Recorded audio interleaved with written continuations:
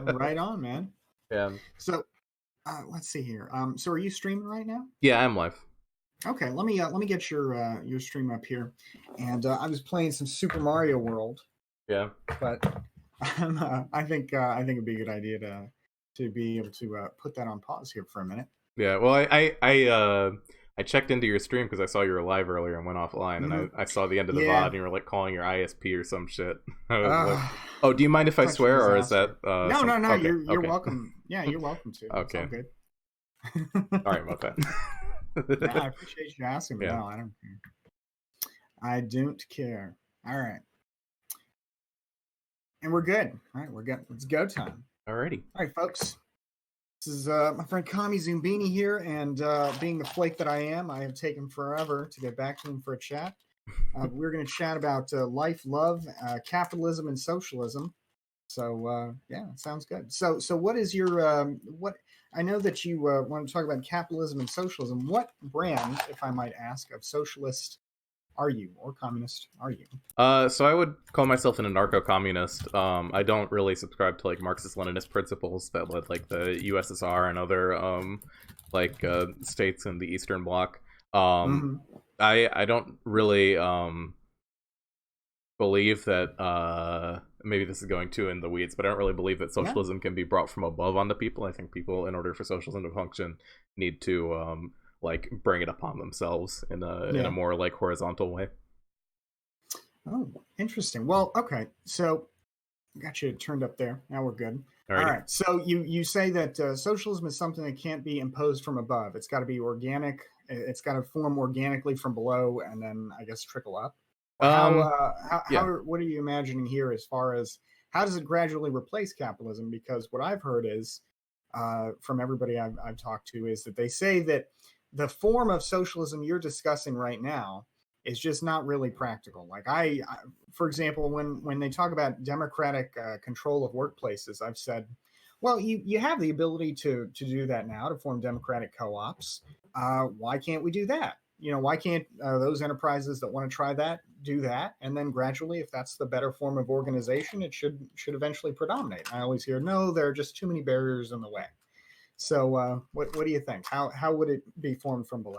Yeah, so I do think that there are I do think worker co-ops are an effective form of like harm reduction, and there are like a very very there's a high number of successful worker co-ops that I think I'm sure you've heard of like the Mondragon Corporation and things like that if you talk to other people who believe Oh in yeah. worker co-ops. Mm-hmm. Things Mm-hmm. things like that that I would consider to be successful examples of that. The problem is that as co-ops expand, it's not only are there barriers to entry, which you mentioned earlier, but as Mm-hmm. co-ops expand under a capitalist economy, market forces pressure them to adopt a lot of the same practices that I view as immoral in privately owned companies, right? Because like under capitalism, you have to outcompete other people or risk going out of business because you're not going to be able to other people may not have the same restrictions in terms of like operating costs, Yeah. and a co-op that focuses on treating its workers with dignity Mm-hmm. won't necessarily be able to do that and still outcompete like Walmart or something along those lines. Mm-hmm. So I believe that those market forces are something that doesn't necessarily allow for a co-op to shine the same way in a capitalist economy as it would Mm-hmm. be under a more democratically managed economy. Mm-hmm. Well, I guess I've been to a few co-ops, and Yeah. I shop at one particular co-op. It's a grocery. Well, real quick, I don't mean to interrupt you, but is Sure. that co-op a lot of like grocery co-ops specifically, they aren't necessarily worker-owned co-ops, they're like consumer-owned co-ops, which is like a different thing. Oh, that's true. It is Yeah. indeed consumer. Well, I mean, there's a membership for consumers. I don't know actually. Yeah, now Yeah. that you mention it, I don't know whether it's worker owned or consumer owned. Yeah, because that would be a different thing entirely from my perspective. Yeah. So what's the so you're talking about worker owned enterprises here? Yeah. Okay. But So I'm then. I'm not necessarily only referring to worker-owned enterprises when I talk about anarcho-communism. Mhm. That's sort of like when we talk about like slotting in worker-owned enterprises and substituting them for like the entirety of like private enterprise under a current Mhm. system, that's something like Yeah. more akin to like market socialism than what I Mhm. believe is like the ideal end goal. Okay. So no market socialism is not what you want. You want to go past that. Essentially, yeah. I don't know if we'd be able to move past it at first. I think that market socialism is a valid form of like organization and the Hmm. form of like harm reduction that can transition us to a more Hmm. fully communist society. But I think that Hmm. it shouldn't be the end goal from my perspective, at Yeah. least. Yeah. Okay. All right. So then, if worker-owned co-ops are just one part of it, then what else would define this kind of society? Um, so like there are a lot of different anarchist modes of organization. Hmm. Um, a big one is like unions are another big one where Hmm. not only do workers own their own workplaces, but we have like strong trade unions across different enterprises, so that we Hmm. can have not only can workers control the workplace, but workers can also ensure that the market isn't unfairly demanding workers work for less than they are able to sustain themselves for, Hmm. by like being able to negotiate against certain market forces. Um, Hmm. and there are also like forms of like community organization and like local living communities where people because as I said earlier, I'm an anarchist, so I believe that the state is something that would interfere with like a truly communist society, and I believe that people need to have the ability to organize into local self-governing communities in Yeah. order to live in like this sort of society. Hmm. Well, I guess so what are so you're saying the state is basically in the way of the development of this kind of society, that it would happen organically, eventually, if we didn't have the state in the way? I don't think it would happen. I don't think that it would happen organically if we just got rid of the state.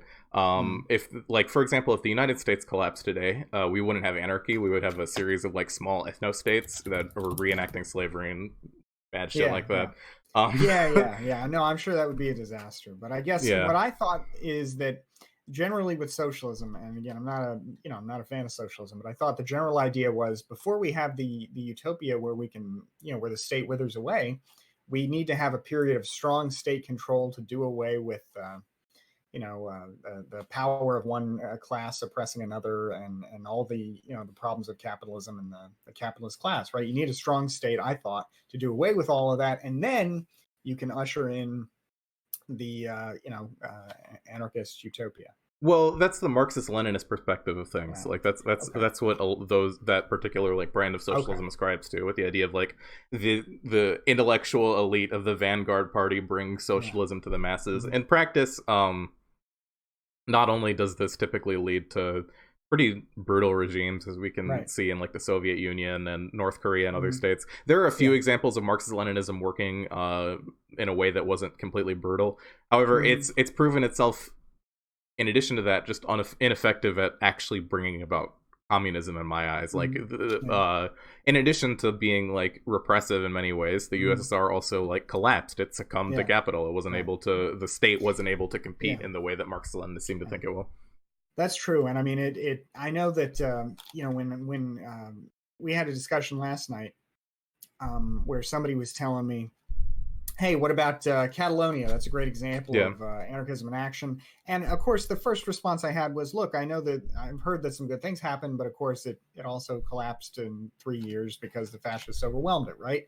But that being said, maybe that's not a fair, maybe that's not a fair point to make. But the Soviet Union, certainly, if any society could have withstood outside pressure, they could have done it. The fact that they collapsed, therefore, that suggests that there was something Yeah, really and wrong there then just by design. well, it's not necessarily like the means in which the Soviet Union collapsed are due to like some specific like political failures, where with a more centralized form of government like the Soviet Union had, it's very easy for someone at the top to say, okay, we're not communist now, we're going to adopt capitalism, we're going to dissolve the union, Mm. which they're like, if there's not like one person on the top to make that decision, that becomes much harder to do. Like when we look at like the Soviet Union's transition to capitalism, the Soviet Yeah. Union wasn't great before transitioning, but Hmm. quality of life seemed to drastically decrease for many Yeah. people in certain Soviet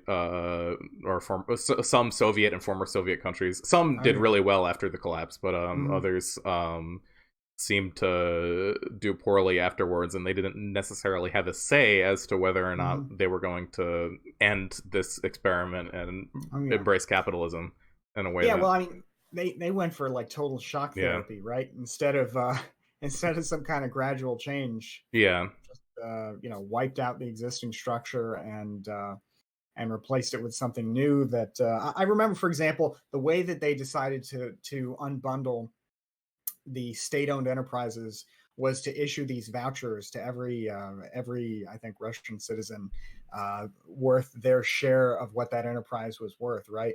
yeah. And because of the desperate economic situation, while this may have seemed kind of like a fair way to handle it, the desperate economics of the time just meant that the oligarchs to be bought them all up at bottom of the barrel prices, and these same folks have controlled the economy ever since. Yeah. So it was a very poorly handled transition. Maybe I don't know. Maybe given the circumstances, it would have been difficult to do it any other way. But so if you don't want that kind of society, how do you propose to get from where we are now to where you would like to get? Because I guess I have never heard of a way to get there other than through the vanguard party, for lack of a better term. So I would still call myself a revolutionary. Like at some point, I believe that I don't believe that we necessarily need to like resolve issues in like open warfare against the state or things like that. Hmm. But I do think in order to enact socialism, the current existing power structures of the state and capitalism Yeah, run directly counter to any yeah. sort of moral and political goals that we have with Hmm. that.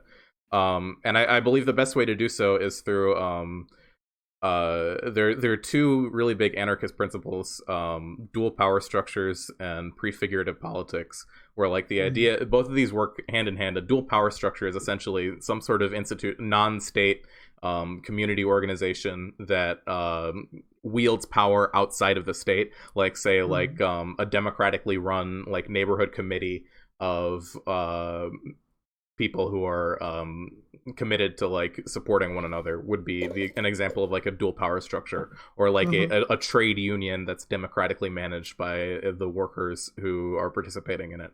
Hmm. um, so these sorts of dual power structures, I believe, should gradually expand and take on the responsibilities that the state has now in a more directly democratic way, where people are governing Hmm. themselves, and from Hmm. that process, we can eventually we can work within the state to build these power structures, to make this state obsolete at a Hmm. certain point.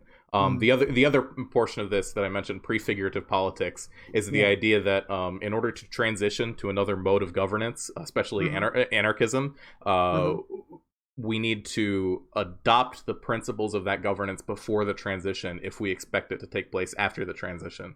So in order to like adopt an anarchist like form of organization, we need to organize ourselves along the principles we would like to see after we have succeeded in achieving anarchy, because Hmm. there's all sorts of like important socialization that needs to occur for people to Yeah. Yeah. effectively govern themselves in anarchist society. Yeah. People need to for example, we need to be like militantly anti-racist, anti-sexist, Hmm. Hmm. homophobic. Yeah. All of these things are things like social changes that need to be adopted through people behaving and organizing in certain ways before we are able to enact these things like as an anarchist society. Hmm.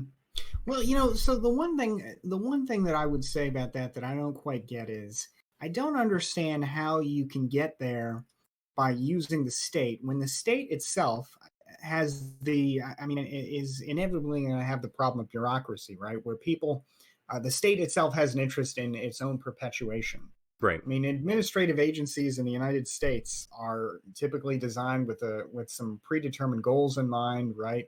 But they nevertheless tend to expand, and they're very difficult to dismantle once they're in place, even when there's an overwhelming desire to do so. Like, for example, in the United States, the railroad, let's see, Interstate Commerce Commission, that used to regulate all trucking and all railroads as kind of quasi monopolies. Toward the For decades, it took many decades to get any progress in abolishing this organization that lasted for 100 years and did a lot of damage in the process. And its original purpose was to remediate some of the harms of unbridled capitalism in railroads and in trucking, or at least what was seen as the unbridled harms here. But in the process, it was captured by the entities that it sought to regulate. It ensured that they were insulated from competition. And, basically what I'm getting at is, in the process of creating an organization that was designed for some kind of social good, the organization grew more and more powerful. It was extremely difficult to get rid of, and it couldn't be done until decades of agitation against it. Right. So Yeah. I don't understand how you can get to anarchism using the power of the state when the state itself has an interest in continuing to exist and to grow. That's exactly the same critique I would actually have of Marxist-Leninism, where the using the state as a method to enact communism, which, as Marx describes it, is a stateless, classless society, moneyless society. Right. We need to the state, if it exists in the transitionary period to communism, it will continue to perpetuate itself. That's a critique I would have of Marxist-Leninism. I don't think we can use the state in order to enact anarchy. I say we need to operate within, but independently from state apparatus. Yeah. So like we need to, like I said earlier, like if we just overthrow the government without any sort of like structures in place to maintain some form of social organization. It wouldn't be anarchy from the like perspective of like an anarchist political movement. It would be like I said, like a series of warring ethno-states throughout the US. Oh yeah, no, that would be something. I could just imagine. I don't think it would be only ethno-states. You might have other kind of, maybe some corporate states, like McDonald's stand or something. Yeah, none of them would be good. Yeah, it wouldn't be a good situation. Right. So okay, so I see what you're saying here. So you operate within the framework, but you create your own parallel structures that gradually can subsume the functions of the state. Yeah. And then one day, through organic development, the state can then wither away because it's no longer needed in these functions. We've developed new organizations based on consent, democratic cooperation that can take over. That's essentially what I believe. Yeah, I do believe that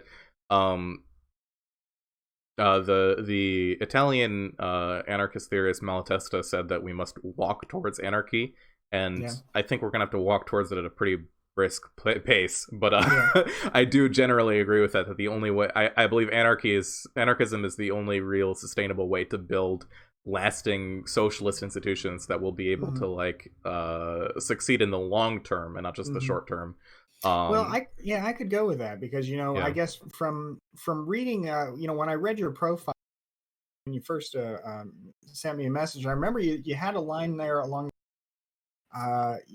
big government is preventing socialism, and I didn't understand that at first because if it's big government, it's not that by default I would have thought, but you're talking about something different there. Yeah. Well, I mean, that's that line is mostly a joke, but yeah, that is sort of what I mean. I like it, especially because you're from Texas, right? Right. Yeah.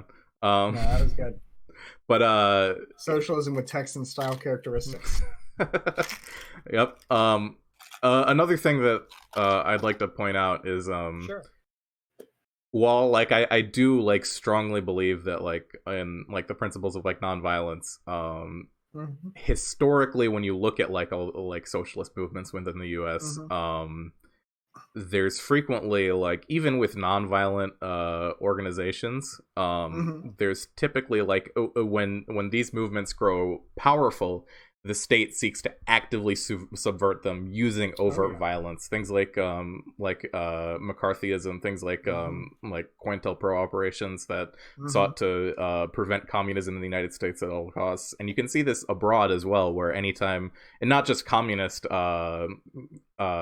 regimes abroad, but any sort of regime that wasn't explicitly friendly to U.S. corporate interests, we go in, we sanction the country, their economy crashes because of the sanctions. We use that as a justification to delegitimize the current government in power, and we intervene and we install someone who may be 1,000 times worse, but they're friendly to U.S. interests. And that's Well, like I don't necessarily, even though my goals are non-violent, I think that mhm, like the ability to like defend these oh yeah. organizations is something that's important.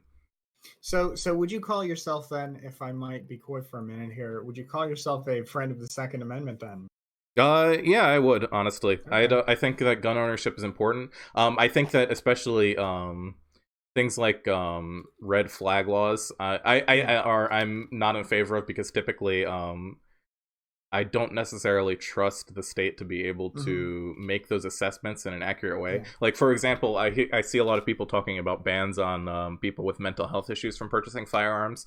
Uh-huh. I am 100% sure that the government's definition of mental health under the Trump administration would make it so that trans people could not purchase firearms in the United States. Oh wow. 100%. Even though I that's would not, never have thought about that. yeah, Yeah. even though that's not necessarily like according to all mental health, like major Hmm. mental health organizations that Hmm. have like any degree of legitimacy, being Hmm. trans itself is not a mental illness. The government's Hmm. definition doesn't have to play by those rules. They Yeah, can do that's whatever true. they want to score political That's points. true. Wow. Yeah, I hadn't thought Yeah, about that. And yeah, you're right. I mean, if you can pass that statute, you certainly could do that. yeah, Man, so let's see. Okay, so then you're down with that. I recognize that self-defense, and yeah, the United States, especially during the Cold War, and of course, really, it's hard to know what's going on now because now, with some of the stuff that has come out that happened during the Cold War, only came out because it was decades ago, and the Freedom of Information Act, permitted it. But who sure. knows what's going on while we speak, right? Yeah, So it's tempting to imagine that, oh, COINTELPRO, that's in the past. CIA infiltrating civil rights organizations and then trying to delegitimize and break them up from the inside. That's all in the past. But I mean, for all we know, that continues every day here. yeah. And it's probably a safe bet to imagine that it does. Yeah, and I mean, So, if you talk to people who are involved in like activist movements, yeah, like things today like Black Lives Matter, or if you go back a few yeah, years, like even like hmm, Occupy Wall Street, pretty much if yeah, you talk to anyone who's been seriously involved in those movements, you'll hear a yeah, story about like a local police attempting to infiltrate the yeah, movement and yeah. uh, get people Man, to get people start what? shit, get people to start shit. Oh, Yeah, man, it's incredibly common. yeah. Yeah, I don't I don't even understand that really because I don't understand the purpose of it. It doesn't seem like any of these organizations ever have. I mean, sure they have the power to create social change, but they never seem like they have the power to like overthrow the country, overthrow the government. They don't seem like a threat in that sense ever. They only seem like a threat in the sense that they provide people with the ability to express themselves more actively in the democratic process. So I guess I just don't understand the justification for that.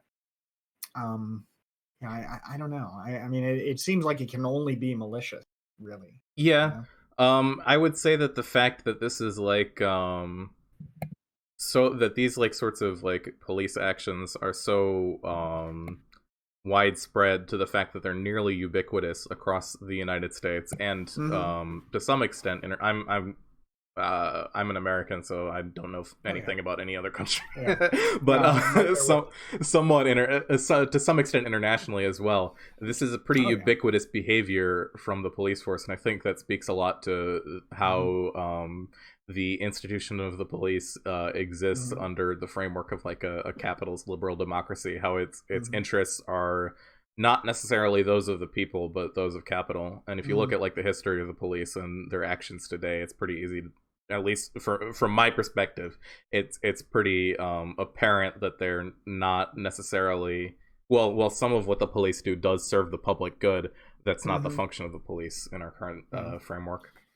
I do wonder why it is that that's the case because local police are basically democratically accountable. I mean, a lot of sheriffs are elected, right? And to the extent that you've got police forces under the control of a city government, those city governments are affected or are elected. And I guess I don't understand why it is so often that police are unaccountable and why people call for democratic accountability when it seems like it's already there. It just, for whatever reason, isn't effective in getting the police to behave differently if that's your goal. Well, I don't know. there are, I think, two problems here. One is the One is a more simple critique than the other. What I Sure. the probably the more simple one is that I don't believe that these democratic structures that we have to control the police right now are sufficient. For example, like we can maybe elect a new head of the police, but that head of the police is typically like you're choosing from two people with a background that has a strong history in the institution of the police Yeah, that that's causes true. these same issues. So you're promoting from Hmm. below, and it's rampant throughout that entire institution. Hmm. Additionally, like elections for like once those officers, once those like people at the top are elected, they're no longer Hmm. accountable for ensuring that like the police actually function a different way. They may be accountable further down the line in a later election, but like Uh-huh. a lot of what people like a lot of what more left-leaning people like myself are advocating for is things like instant recall on individual police officers, or some sort of like much more radical democratic control than what we have Hmm. now. Yeah, um yeah. I see what you're saying. the Okay. other is that I'd say that, and this is maybe where we are going to strongly disagree, but I would say All that the right. entire justice system in the United States today is structured in a way that benefits capital much more than the working class, and that the function of the Mhm. police is to preserve that sort of hierarchy of capital. Like as like a really quick example, Sure. there's and I'm sure you know more about this as I'm an attorney, so I don't really Yeah, want to get no, into go I'm sure for it. you'll beat me about I'll tell anything you right legal. now. I'll tell you right now. I don't know criminal law. I don't work in criminal law, so Right. we're on a pretty level playing field there. Well, what I'd like to say is that there's a different, like you just mentioned, there's a difference between something that is a crime and something that is illegal, right? And the Yeah. structure of what when things are criminal, those are the things that the state typically, the state with their Hmm. monopoly on violence typically enacts Right. violence in order to prevent. Whereas other offenses that are Hmm. not seen as criminal are pretty rare. Pretty rare. It's pretty rare for the state to like enact violence in order to account for those. Hmm. Like for example, if you are like a worker working paycheck to paycheck, Right. and a pickpocket comes up to you and steals Hmm. $20 from your pocket, Yeah. you can call the police. The police will attempt to like recover your $20. They'll beat the pickpocket up. They'll put him in jail. They'll enact these measures that may be justified, but they're violent, right? Hmm. And you can argue about the legitimacy of this violence, but it's undeniably violent. Right. Um, Whereas something with the same material impact to you as this worker would be your Hmm. boss underpays you $20 on your paycheck, right? Right. Yeah. Yeah. In this situation, the state will not enact its monopoly of force to protect Hmm. your own rights to your paycheck, even though they clearly broke the law. You have to take them to court. You have to win this like long and lengthy legal battle for things like that to happen. And even then, the Ooh. individuals who like make that decision and like committed Yeah. and an illegal action of underpaying you aren't held accountable. What happens is like the corporation itself is pays like a fine without Hmm. any sort of like violence ever being enacted on them. And again, That is a really good point. you could argue that under our current system, it doesn't make any sense to enact like violence against people like that. And personally, I Hmm. don't like the idea of enacting violence against anyone as a retribution Hmm. for like Right. illegal actions. Sorry, I'm Yeah. talking a lot, but No, no, this is I'm really yeah. interested in the point you just made, so please go on. But like this disparity in the use of violence we can see across like a large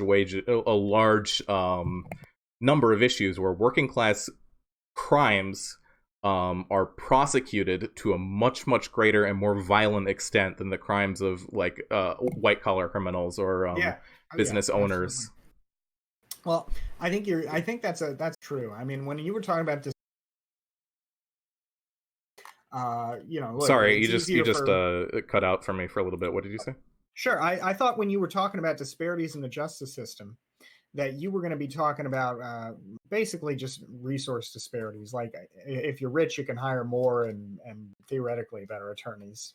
Yeah, and But those what exist, you and those Mhm. like access to resources, those exist, and those Mhm. I think can be mitigated within the capitalist Yeah, structure. But right. the prioritization of protecting capital under our The current point that legal you made, yeah, system, that's I very yeah. interesting. Yeah, because while I do think there's a difference between violently taking $20 from you and cutting $20 from you out of your paycheck, there is. I do think that I mean, in a sense, it is violence either way.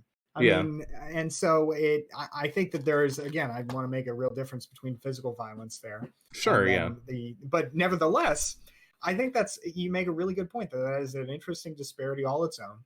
That one form of theft results in, maybe somebody gets their head beaten in. Another form of theft results in a complaint to a federal agency, and then you have to go through, maybe months of legal process, and maybe you'll get some remedy, and maybe you won't, depending on the facts of the case.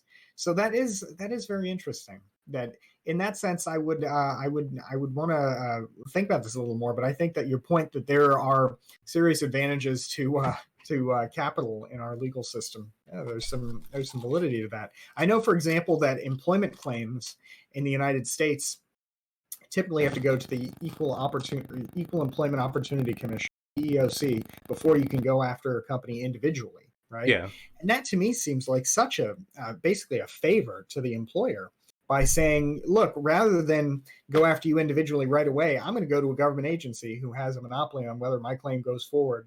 And then after they get to process it and decide what to do and take up that time, then they might permit me to go after you individually. Yeah. But I've got to go through them first, right?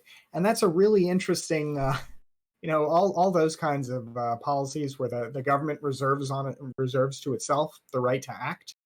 I bet those are basically intended to protect business over the individual. So Yeah.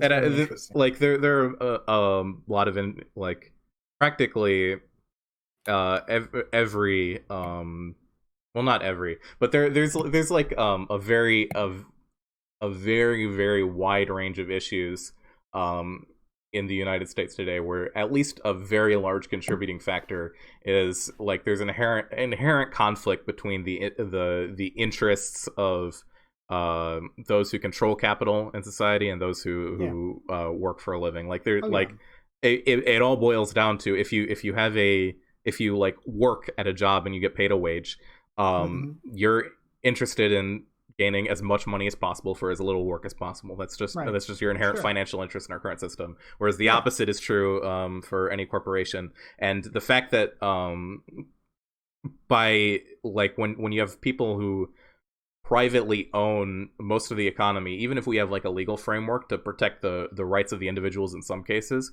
we're granting the people who like own our economic systems of our systems of like production in our society are inherently going to have a massive advantage in any sort of negotiation between like those two conflicting interests. Right. Well, now I guess that's one of the reasons why the decline, right? I mean, if employees get together and can then negotiate as a group, they have a little more power against the large corporation, which is, of course, by its nature much more united and consolidated and has maybe a clearer understanding of what its own interests are. So it definitely has a lot of advantages in any negotiation, but I guess that's why we want wider unionization, right? Yeah. So to the extent that the decline of unions has been due to some kind of government policy, I'd love to reverse that, but I don't know if that's necessarily why. Where do you think that comes from? And actually, before we after we answer that, I want to ask you what you think about public sector unions, particularly police unions, because our chat here was saying, hey, what about those police unions? Are those why police are so difficult to reform? What do you think about that? So my first question is then, why have unions declined? And then two, what do you think about public sector unions like the police? As to why unions have declined, there's like, I think there are a lot of like really complex like political forces that have enacted that. Part of it I do think is due to government intervention. There are like a lot of government restrictions on unions. Specifically, like there are a lot of restrictions on the ones that come to mind first for me are there are a lot of government restrictions now on union pension plans, right? Where the pension plan of the union was not necessarily solely for like the retirement of union members, but it was also used as like a political tool where we can invest this money not just to receive a return on it, but to invest in projects that can benefit the members of the union and in a way that isn't necessarily reflected by purely like the financial best interests. And over time, there have been more and more restrictions placed on how unions can use pension funds, to the point where they have like a fiduciary responsibility to invest in whatever has the highest return on that capital. They can no longer use that as any sort of political bargaining chess. Which like a big thing, a big source of the power of the union is the ability to strike. And I remember they used to be much more politically powerful, and being able to use that money for that purpose. Yeah, maybe that undermines some kind of financial goal, but it certainly would further the inherently political purposes of a union. Yeah. Wow. I had no idea about that. Yeah, and there are other political forces as well. There's also like cultural forces.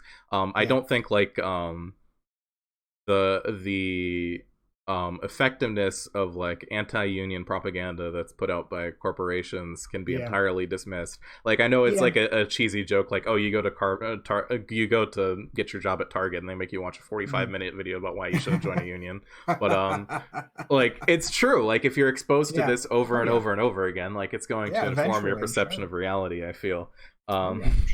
Sure. No, I remember hearing somebody I know who ran a company telling me, well, unions had a purpose back in the day, but now we don't really need them. Yeah. So I think there's definitely some feeling among some people that, hey, that they had their time back in the industrial age. We're in the post-industrial age. How do you have a union in an office? How do you have a union in a creative enterprise or something? But as much as I am pro-capitalist, I don't see the issue with a union, provided it's formed consensually. It's not some kind of coercive institution. But and I would say additionally that a more recent structure that has prevented the formation of unions is a lot of the way that the gig economy is structured is maybe unintentionally structured this way, but it's structured in a way that makes unionization incredibly difficult to impossible, right? When you're like driving for Uber, you'd have not even any knowledge of who the other people driving for Uber are. You have to you have no ability to organize collectively with other Uber drivers. You have no ability to like strike or do a slowdown or anything like that. Your pay is entirely dependent on like your job, and these things are typically pitched like the logic for these not being like the logic behind these jobs is typically like, oh, people are just doing this on the side as a source of extra income. It's not meant to be your job, but it's pretty clearly like supplanting things that have been traditionally people's full-time jobs, and people pretty clearly like rely on them as their primary source of income.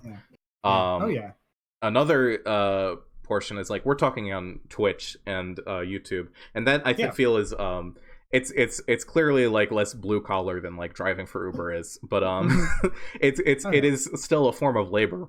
And unionization on these platforms people have talked about, but like say with a YouTubers union, right? There's a union of YouTubers in Germany actually that's backed up by I think like an industrial mining union.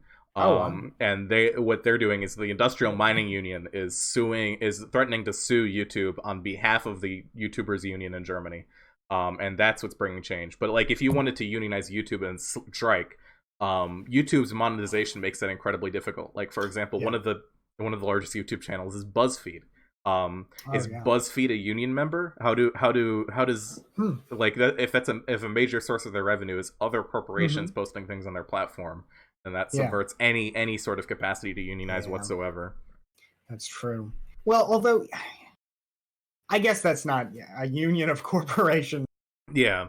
No, but small providers, I guess, if you could get enough individuals together who work on their own, I guess it's just really difficult in an independent contractor type situation. As opposed to an employment situation, because independent contractors have different deals going on sometimes. Like you said, they're disconnected even when they're on the same deal. Although I guess, like, to go back to the Uber drivers, they could still identify one another. It's not as easy when you don't have a centralized place where you're all working, but I mean, you could you could start a page and start collecting information. I mean, it would be difficult, but it doesn't seem impossible.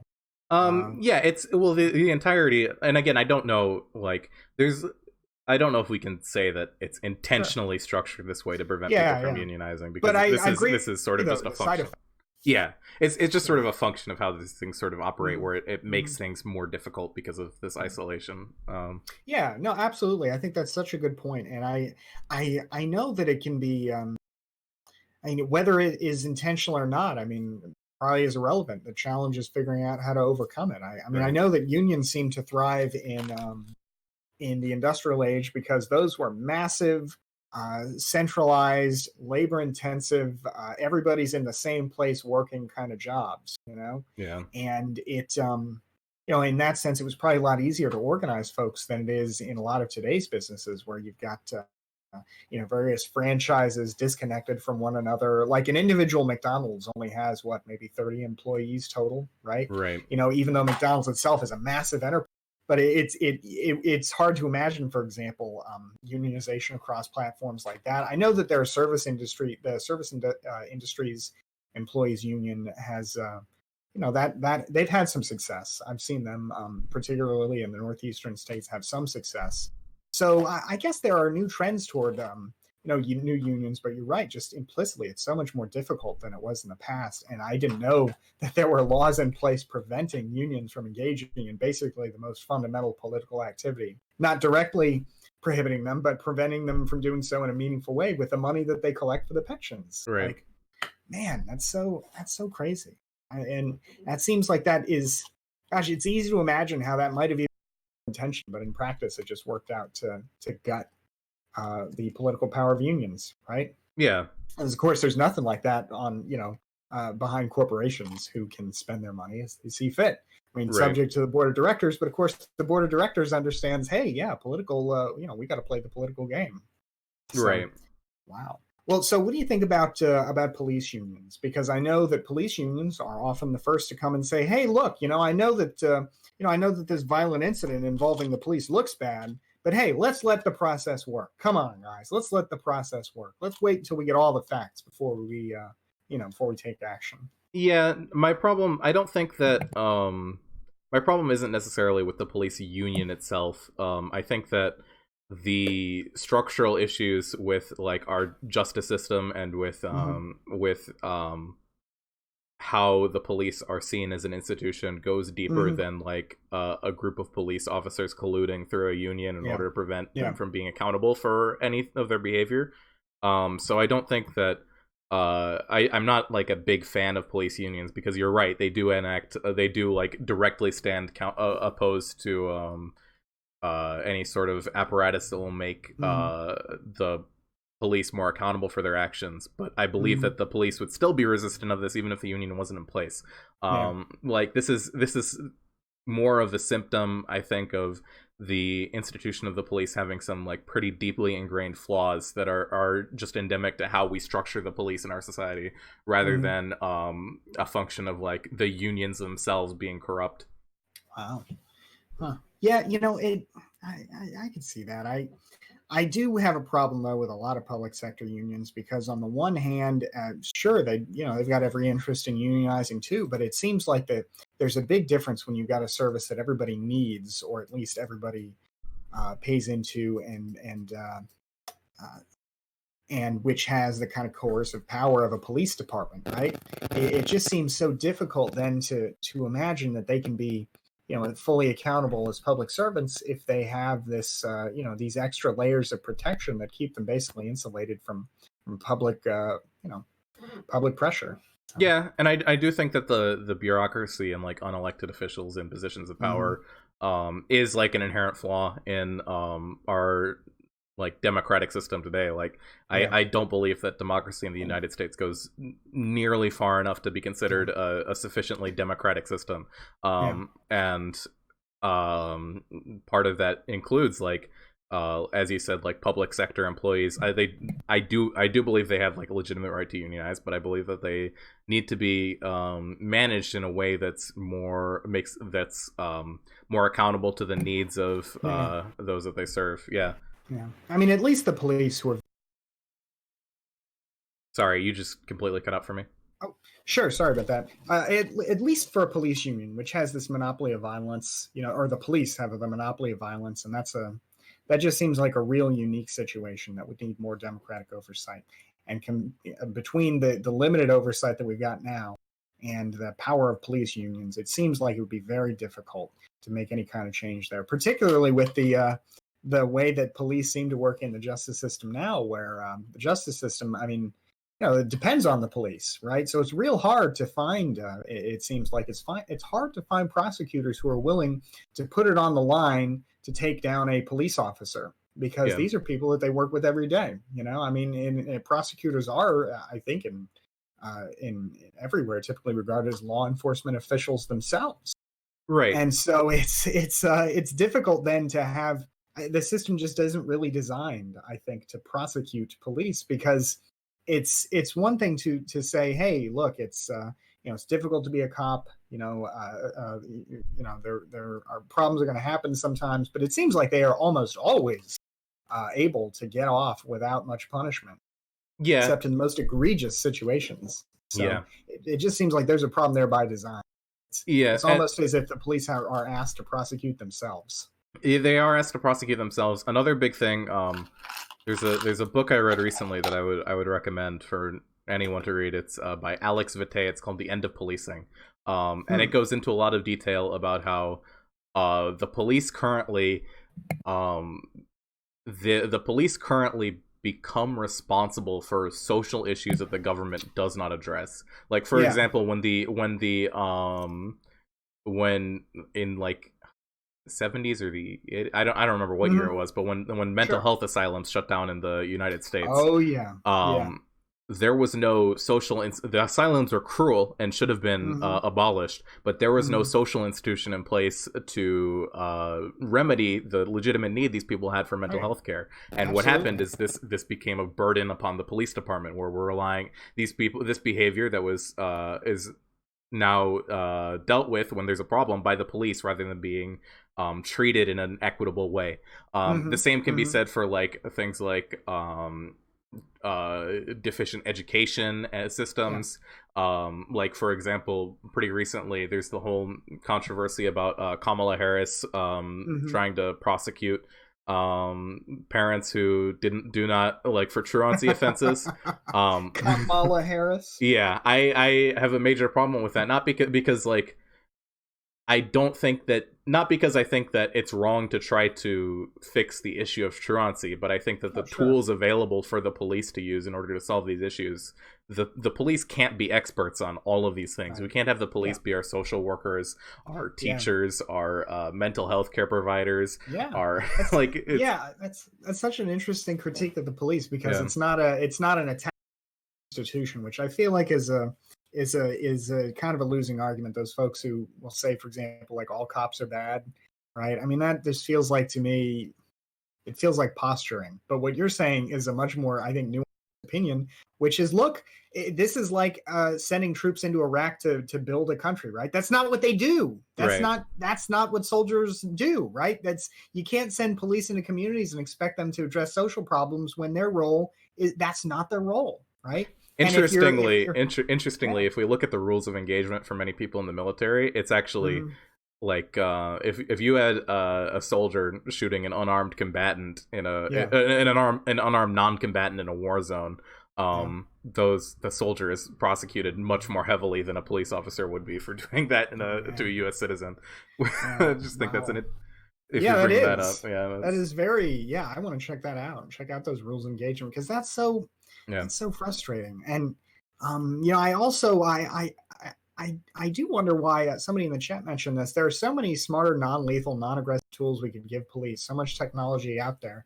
And I mean, it is surprising to me that so many confrontations end in lethal violence, when at this point we've had there are a lot of non-lethal weapons out there. I mean, the Chinese Communist Party has them all front and center right now as they're trying to crack down on Hong Kong, right? But I mean, at least it seems like they're going with non-lethal instead of lethal weapons, and yet American cops seem to be typically armed with, at best, a taser, and typically they're shooting people. Yeah, I mean, I think that a large portion of this is like I I think a big portion of this is the ability for police officers to purchase surplus military gear at discounted prices Yeah, leads that's to like a true. lot of incentives for this to happen. That's Like true. if you're capable, I know that like I live in Austin, and one of our suburbs Hmm. has it's like just a suburban town, and their police department has like a literal tank that they can roll out. It's Ah, it's ridiculous the extent to it which is the police have been ridiculous. militarized when the Yeah. other like support systems that are necessary to like actually Oh yeah. engage in like the process of policing in a just way aren't funded in the same Hmm. ways. No, that's absolutely, yeah. I mean, I imagine that program's been cranked up too over the last couple of years with President Trump.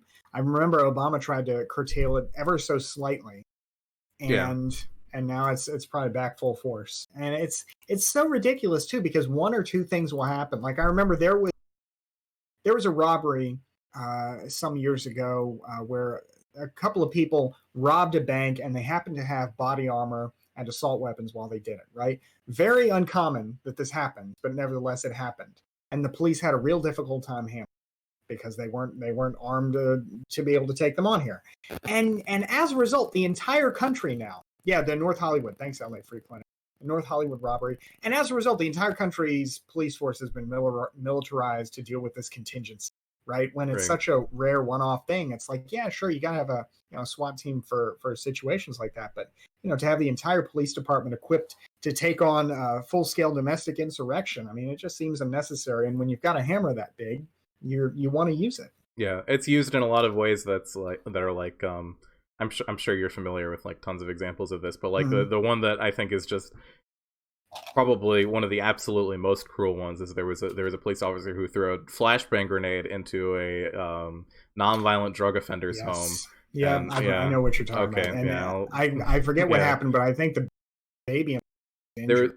yeah, no, there was a baby that was permanently injured from the flashbang grenade. I don't know if it was permanently injured or died.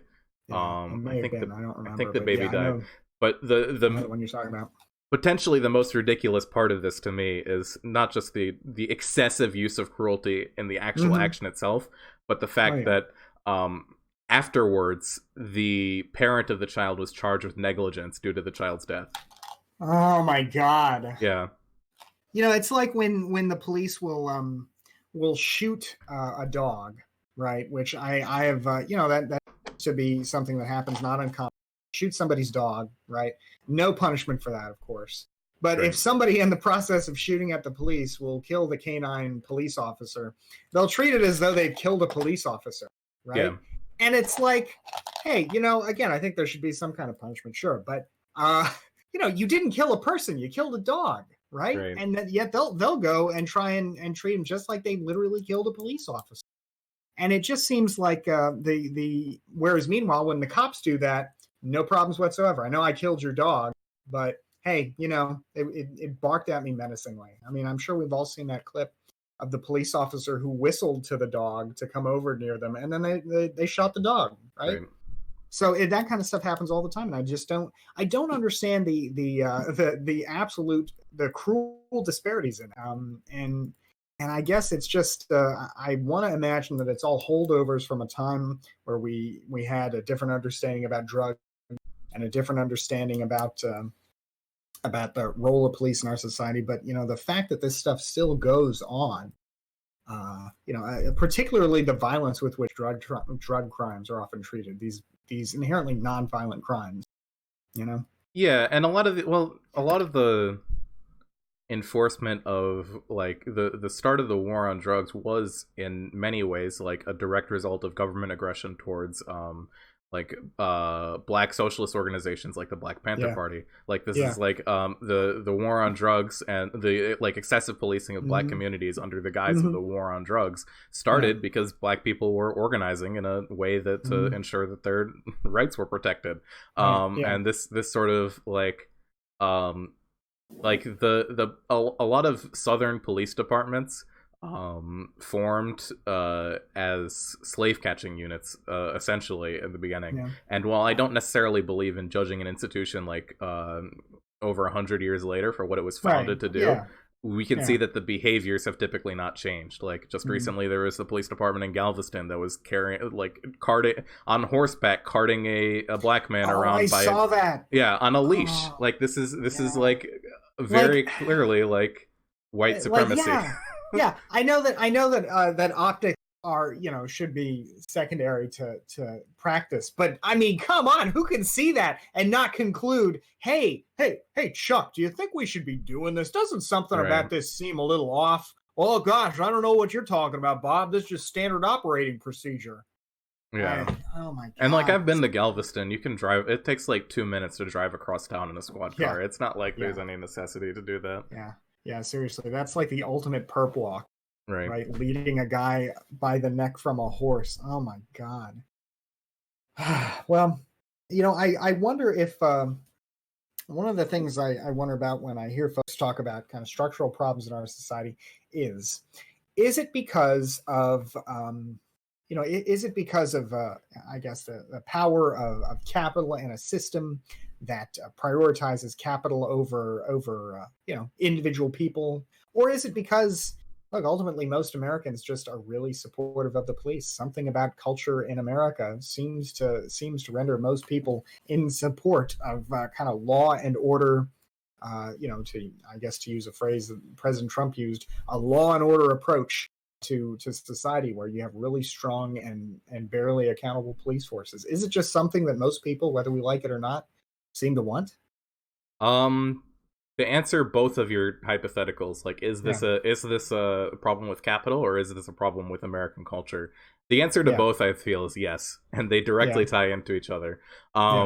Where the I think that the systems of capital encourage competition and cruelty towards one another in ways that can be altered through different economic systems. I think that the one of racism has existed prior to capitalism. And Yeah, I don't mean to be a class essentialist by saying like all yeah, racial issues will be solved when we yeah, transition. yeah. But That's I the way capitalism has directly used racial issues in order to divide workers is yeah. pretty unique. Like Hmm. the treatment of the racial hierarchy that was more explicitly defined during like Jim Crow eras was specifically so that black workers and white workers, or white workers of different nationalities, did not feel the kindred towards each other necessary to organize collectively. This is like something that's been done explicitly, intentionally in some cases. Yeah.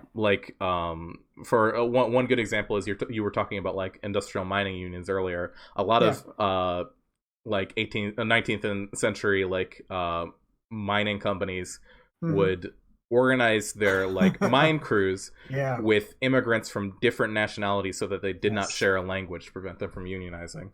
Yeah. And these sorts of like racial boundaries are enforced through competition, and that competition is incentivized under capitalism in a way that that ideally we can remove that sort of structural incentive Hmm. towards racism and towards cruel authoritarian measures, Hmm. by organizing in a way that encourages us to cooperate rather than compete. Wow. That's an interesting take on it. I hadn't thought about that with the I hadn't thought about that with immigration. I have often been talking with folks in our stream saying, look, I want to open the borders. I think everybody should be able to come here and become a citizen relatively quickly. But I guess one of the side effects I've heard about that from folks on the left is, look, if you have that kind of unchecked, uncontrolled immigration, you're going to make it much harder to organize society against capital, because we're going to have so much people from different backgrounds are going to have a hard time, and that's exactly what international capitalism wants. Is they want a populace that's divided and easy to control. Now, I know that kind of argument, as I'm saying it, it sounds to me like the kind of thing somebody who's on the alt right might try and say. Yeah, that's Is absolutely not an argument I'd support. but yeah, I mean, but I guess I can see though that there are folks who would try and use diversity for purposes, for hostile purposes, like trying to divide people up. Yeah, and I don't think the So, diversity is the problem there. The issue is mhm, the intentional the intentional um pitting of different nationalities against each other and incentivizing people to right. identify along national and Yeah, yeah, racial yeah, lines yeah, in order yeah. to gain an advantage themselves Hmm. competitively in our economic Yeah. system. That's sort of Okay, like, that makes if sense. we have like Yeah. if we organize our economic system in a way in which that discourages competition of that sort, Hmm. then we can Hmm. eliminate a lot of the structural incentives to engage in racist Hmm. behavior, and Hmm. therefore hopefully reduce it in the long term in ways that we can't necessarily do under capitalism. It actually, since we're talking about that, this is something I want to get to. So over the last few years, speaking of the alt right, since the president's been elected, but even before then, it seems like we've had a real rise in people who are just outright, fascist, and who don't even really want to hide it. And it seems like there's just been a real openness among a lot of people to kind of embrace that kind of radical racial nationalism, particularly white nationalism, right? Yeah. And where do you think that comes from? I mean, do you think that's a result of maybe material stagnation, like wages not going up, people feeling generally hopeless in an economic sense, or do you think do you think there are other factors at play? Do you think it's just President Trump, and once he's gone, that will subside? Where do you think that comes from? There are a lot of factors. I think that, for one thing, I think that the material conditions, obvious from my perspective, really do play a part in it. Yeah. The leftist analysis of fascism has always been that fascism is like like a liberal revolutionary force, and when I say liberal, I mean like essentially non anti-capitalist. I'm using like Yeah. the leftist definition of liberal and not the American political definition. Oh, okay. All But right. it's Okay. the it's a revolutionary force that's designed to enforce the interests of capital under the Hmm. guise of a populist movement that Hmm. is fights for the rights of the workers by Yeah. creating like an additional reinforcing existing racial and ethnic hierarchies Hmm. in order to restore greatness to your country. Um, I think there are a lot of contributing factors to why it's happening specifically right now in the U.S. Part Yeah. of it is I think that there's a lot of people just really there's a lot of people. I'm not a huge fan of Barack Obama's presidency, but Hmm. there are a lot of people who were not a huge fan for really bad reasons. Like there are a lot of people Yeah. Oh, yeah. Yeah. who Yeah. Yeah. their reaction to Obama's presidency was like, well, we're going to elect a white supremacist now to remind everyone who's Right. really in charge here. And I think Yeah. that's Yeah. I know that. Yeah, you're right. I guess to put it mildly, there were a lot of folks out there. Problems with President Obama weren't so much about maybe the occasional drone strike of a wedding yeah, as it was the fact that it was a black man in charge, right? right, But I mean, I wouldn't want to write off all his opposition as that, but yeah, it does feel like there were certainly some people out there who really just were hostile, I mean, just for that reason. And I do wonder why, because he always seemed to try, at least in his speech, to be, in the way he would speak, to be, to be as conciliatory as possible.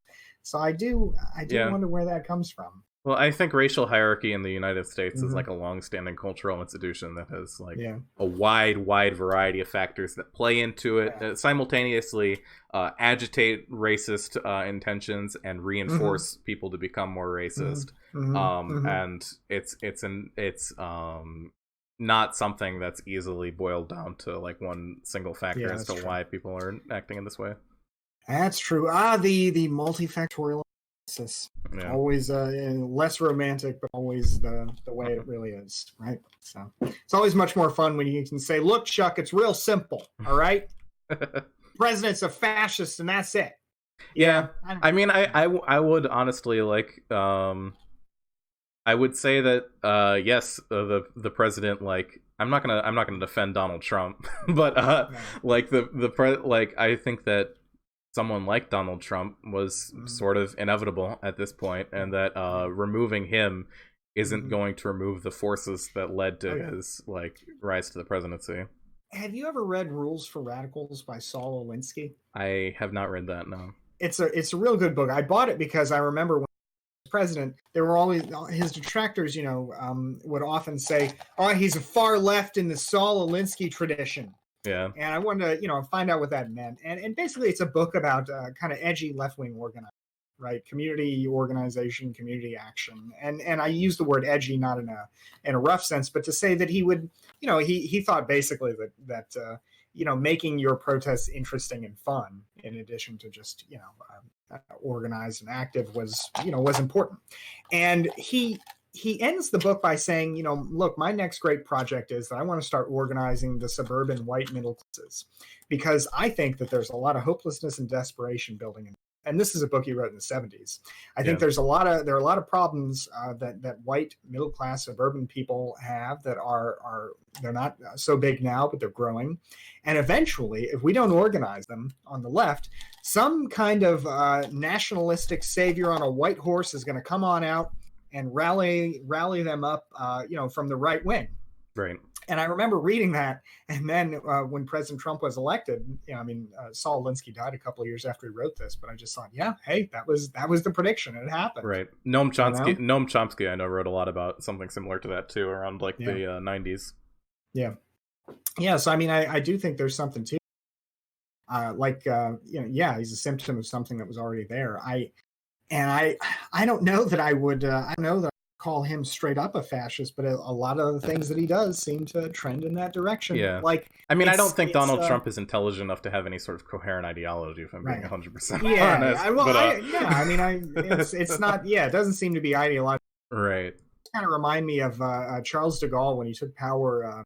In the last years of his life, I think it was 68 or 69, he came back into the French presidency, and he said, who would have imagined that I, at 69 years old, dreamed of coming to power just to restore a dictatorship, presumably saying, or to create a dictatorship, presumably alluding to the fact that, look, I'm almost dead. I'm doing this for you guys, right? I guess was his argument. Yeah. And, I think there is maybe something to the fact that I don't know that there's a plan for that, but there are a lot of spooky things that he does and that he says that nevertheless, evoke fascism.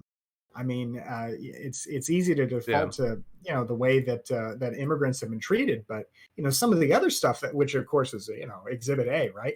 But some of the other stuff that goes on that maybe is less often talked about, like he tweeted out the other day that I hereby order all companies to leave China right now, come back to the USA, leave China, and that's my order. And that's what I'm doing, right?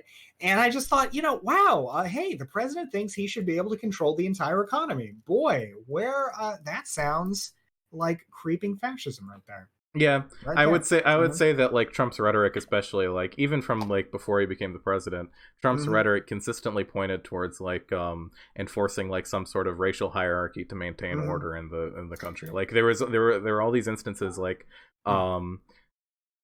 way back when, like 8 million Trump tweets earlier, we had him tweeting out during the campaign like that dumb meme about Hillary that had like the like a Jewish star on it, and he claimed that he did not realize. Yeah, he claimed he did not realize that this was an anti-Semitic meme at the time. Yeah. But he does this over and over and over again. Yeah, and that rhetoric, more so than any policy, I think, is what's led to him being like the only president that's consistently cited in the manifestos of mass shooters as an inspiration for their actions. Absolutely. Yeah, I remember I read. The shooter said, all right, I know what you guys are going to say. You're going to say I'm doing this because of President Trump. No, this is all my idea. Yeah.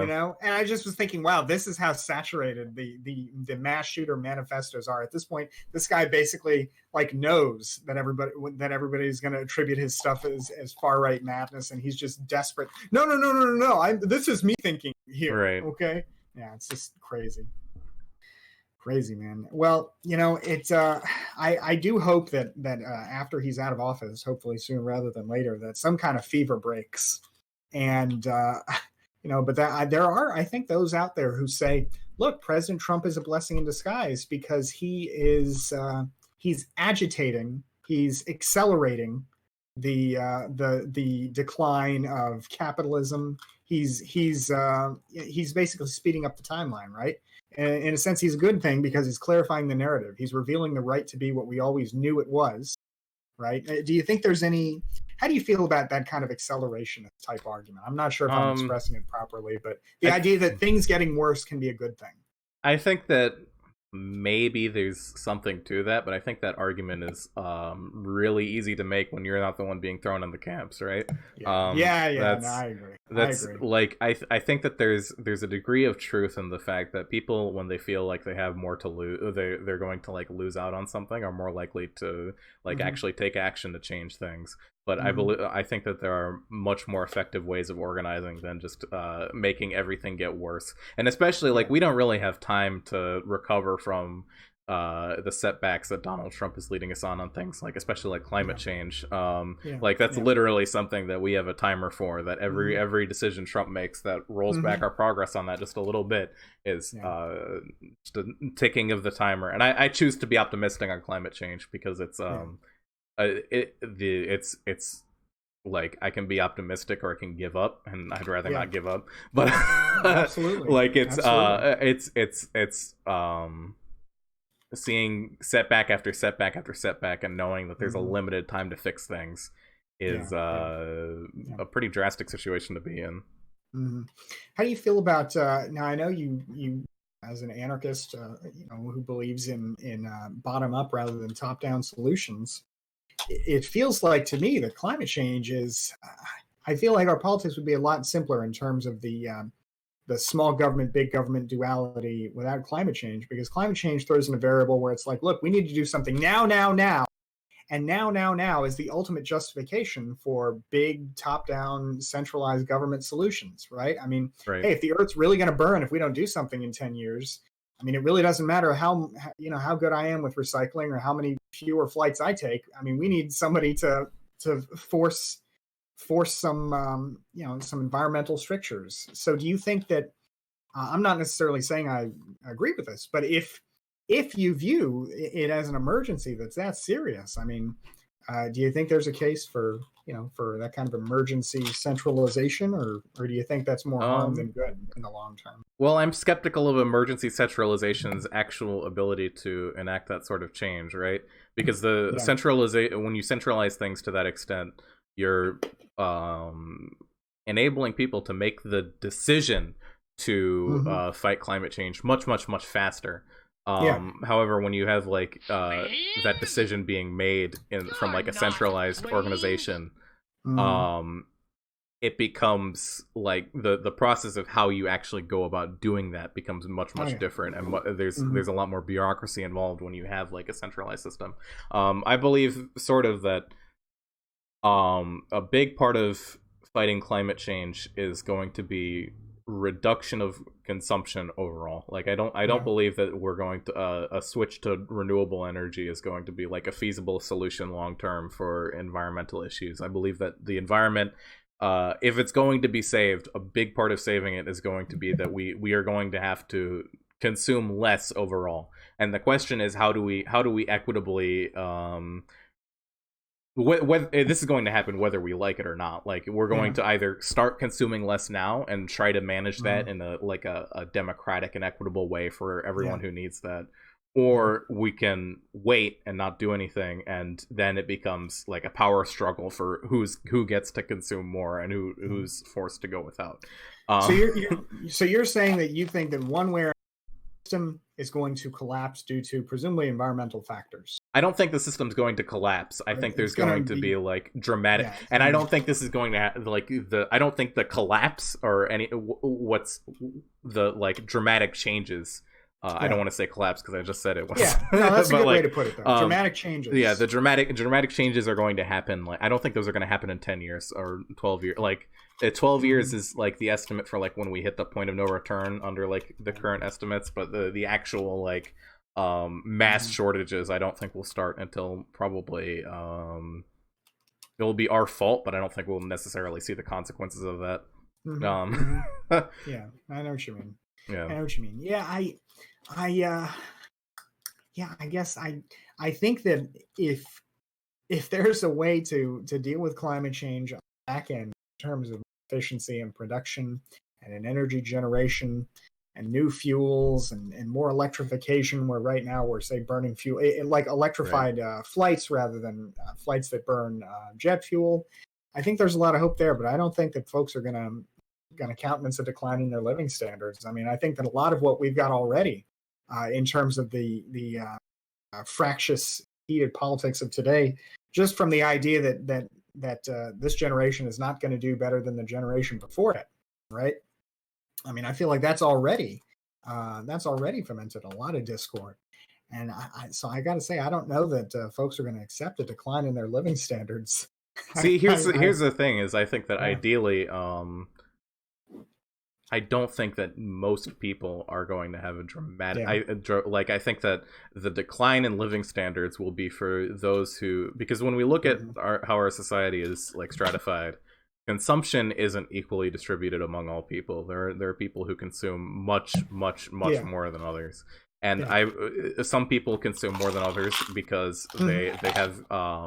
they have a need to, which shouldn't be forgotten about. Like Mhm. there are disabled people. Well, I have a big problem with things like bans on straws and things like that, because Yeah. they typically end up impacting people who are already somewhat marginalized more than they have a Yeah. positive effect. Yeah. Um, but there are also people who like, oh, I'm buying my like eighth yacht with my fortune, and Right. this sort of like Mhm. this sort of like conspicuous consumption Mhm. is what drives a lot of overproduction, more so than any like people who are the average person who has Yeah. enough to sustain themselves and enough for a small amount of luxury, and that's it. And I think that Mhm. we I think that we can safely sustain ourselves on less while transitioning to more efficient fuel sources and building up the amount of luxury we all live Yeah. with over Yeah. time, Okay. rather than All right. hurtling towards collapse. Yeah. Okay. I don't think everyone has to have a decreased quality of life in order to reduce consumption overall. Okay. Well, that's yeah, that's different. I could maybe get behind that. If you mean, for example, that to deal with climate change, you might start taxing people at the top more effectively and more thoroughly, and then therefore it's harder for them to buy a yacht because they just don't have that money. Is Yeah. that kind of what you're getting at? Well, I mean, I would not say that taxes are the solution, but yeah, I think that certain luxury goods, I think that like say like Party City, for example, is a store Ooh, that sells garbage yeah. that nobody ever needs. I think that in a more democratically managed economic system that I'm an advocate for, we wouldn't even produce Really? that You to know, the extent that we do. I think there's a lot of waste under capitalism that is a specific result of like it being their waste and pollution are a market externality that doesn't necessarily need to be accounted for when your only mhm. motive is the profit motive rather than any sort of like social motive for your enterprise. um and uh So Go ahead. all right, well, let me ask you this. All right, Party City, great. I Yeah. like this is I've been talking with folks lately, and this is my favorite example of quote unquote useless production Right. I've heard of. Yeah, I like that you assigned a readily identifiable brand to a Party City. Yeah. I could certainly get behind the notion that nobody Party City, and yet Party City is fun, right? You buy all that multicolored paper, garbage, whatever, plates with pictures of Muppets on them. God, I'm really dating myself. Who even is into Right. Muppets? But like people have fun with that. They want to pay for it, and ultimately, I guess I just don't understand. I don't understand the problem with production for wants as opposed to production for needs, because if I mean ultimately wants are just a form of achieving self-actualization in your own way. I mean, maybe you enjoy throwing parties, right? I mean, what's Yeah. the Well, how would why would that you're even right. necessarily disappear in a democratically organized society? Surely in such a society, people would still want to have parties, they still want to have fun. So why does You're no, you're right. I don't think we can dismiss the importance of people fulfilling their wants rather than strictly their needs. right? um but I think that when it comes to what we assess as wants Yeah. versus what we assess as needs, There's Mm-hmm. a lot of what we what we want is determined culturally and socially rather than by any sort of like, we don't Mm-hmm. have an implicit biological desire to buy things from Party City. We buy things from Party City because we are socialized to accept the fact that if you are I throwing a see. party, these are the items you Yeah. need in order to make it the party that you want. Mm-hmm. And Mm-hmm. this is a sort of socialization that's done by advertisements, the advertising, to Mm-hmm. induce an artificial demand for Mm-hmm. products in order Mm-hmm. to like make people feel like they want this thing because Mm-hmm. like Right. very few advertisements are there to practically Just zero inform. Yeah. are there to just inform people. There's like complex Well, psychological manipulation that takes place in okay. advertising, and this is like So, the entire purpose of marketing, is to make people feel as if buying this thing will mm-hmm. make them happy in a way Sure. and fulfilled in a But certain way. if And I if you had a democratic economy, why would that that kind of thing wouldn't disappear, would it? I mean, there would still be multiple producers producing different things, and presumably they would still have to get in front of people's eyeballs. They would still engage in advertising, even if it might be very different in a democratic institution than a hierarchical company. I mean, don't those things still exist ultimately, or am I misunderstanding how democratic management of the economy works?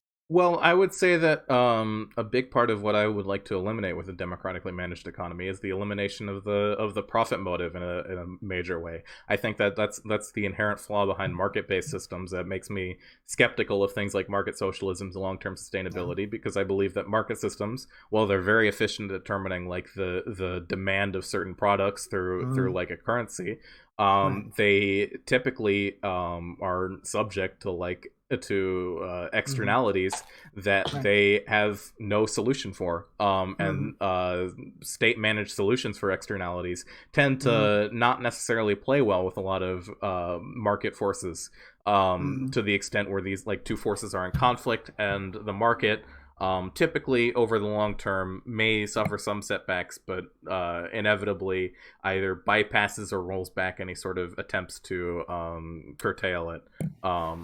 And by I think that Mhm. because of these like forces, there are certain the profit motive is what encourages people to not only advertise their products in the sense like, Yeah. hey, I sell this thing, but Yeah. hey, you need to buy this thing or else you won't be happy. Because this sort of like psychological manipulation is something that happens specifically because people seek to uh, increase revenue at all costs, because Mhm. their only motive, they have no sort of Yeah. incentive to perform a social good. They only have an Mhm. incentive towards profit, and they can't have Mhm. an incentive towards anything else, Right. or else someone who is only concerned with profit will come along and Sure. they'll outcompete them and they will be Sure. driven out of business. Well, wouldn't there be? I mean, if you're imagining there's no state governing these Yeah. individual democratic enterprises, ideally, right? They exist on their own. Well, there would not be a state, but there would be forms of social organization outside of like production that Mhm. organizes things. Like the idea is that stakeholders. This is like the difference between like market socialism versus some other form of versus like some other form of like anarchism or communism. Is the idea Okay. that people outside of, rather than having different firms that are democratically run by the workers Mhm. competing with one another, we Yeah. have production determined democratically by people living in communes or syndicates of workers, Mhm. Mhm. based on what people determine their needs to be, um, rather than having like competition based on market forces. So then there's no competition is basically done away with altogether. That's the goal, yeah. And again, there are like a number of different like flavors of anarchism with different ways Yeah. of accomplishing this goal, but that's Yeah. like the broad strokes of like what Mhm. that goal actually is. So if you've got people forming these cooperatives, I mean, then they don't Sorry, you just cut because out for they're me. sure. So these cooperatives, they don't. I mean, do they trade with one another? Yeah, they can trade with one another, but they So go ahead. because to get to what you're talking about, it sounds like you need to have monopoly to eliminate competition altogether. You need to have some kind of monopoly, right? Um, Potentially, this is like a tricky thing, Yeah. because when we talk about like a monopoly, right, we're talking about Hmm. like one particular entity having like total control over production of a certain good, right? Like AT&T having like a monopoly on internet services in a given area or something Right. like that. Yeah. I think that that's the issue with a monopoly is Hmm. has a lot to do with the private ownership of the enterprise that has a monopoly, right? AT&T having a monopoly is bad because AT&T will gouge prices and will act in certain ways that seek to benefit the owners of AT&T Sure. more than Yeah. anyone else.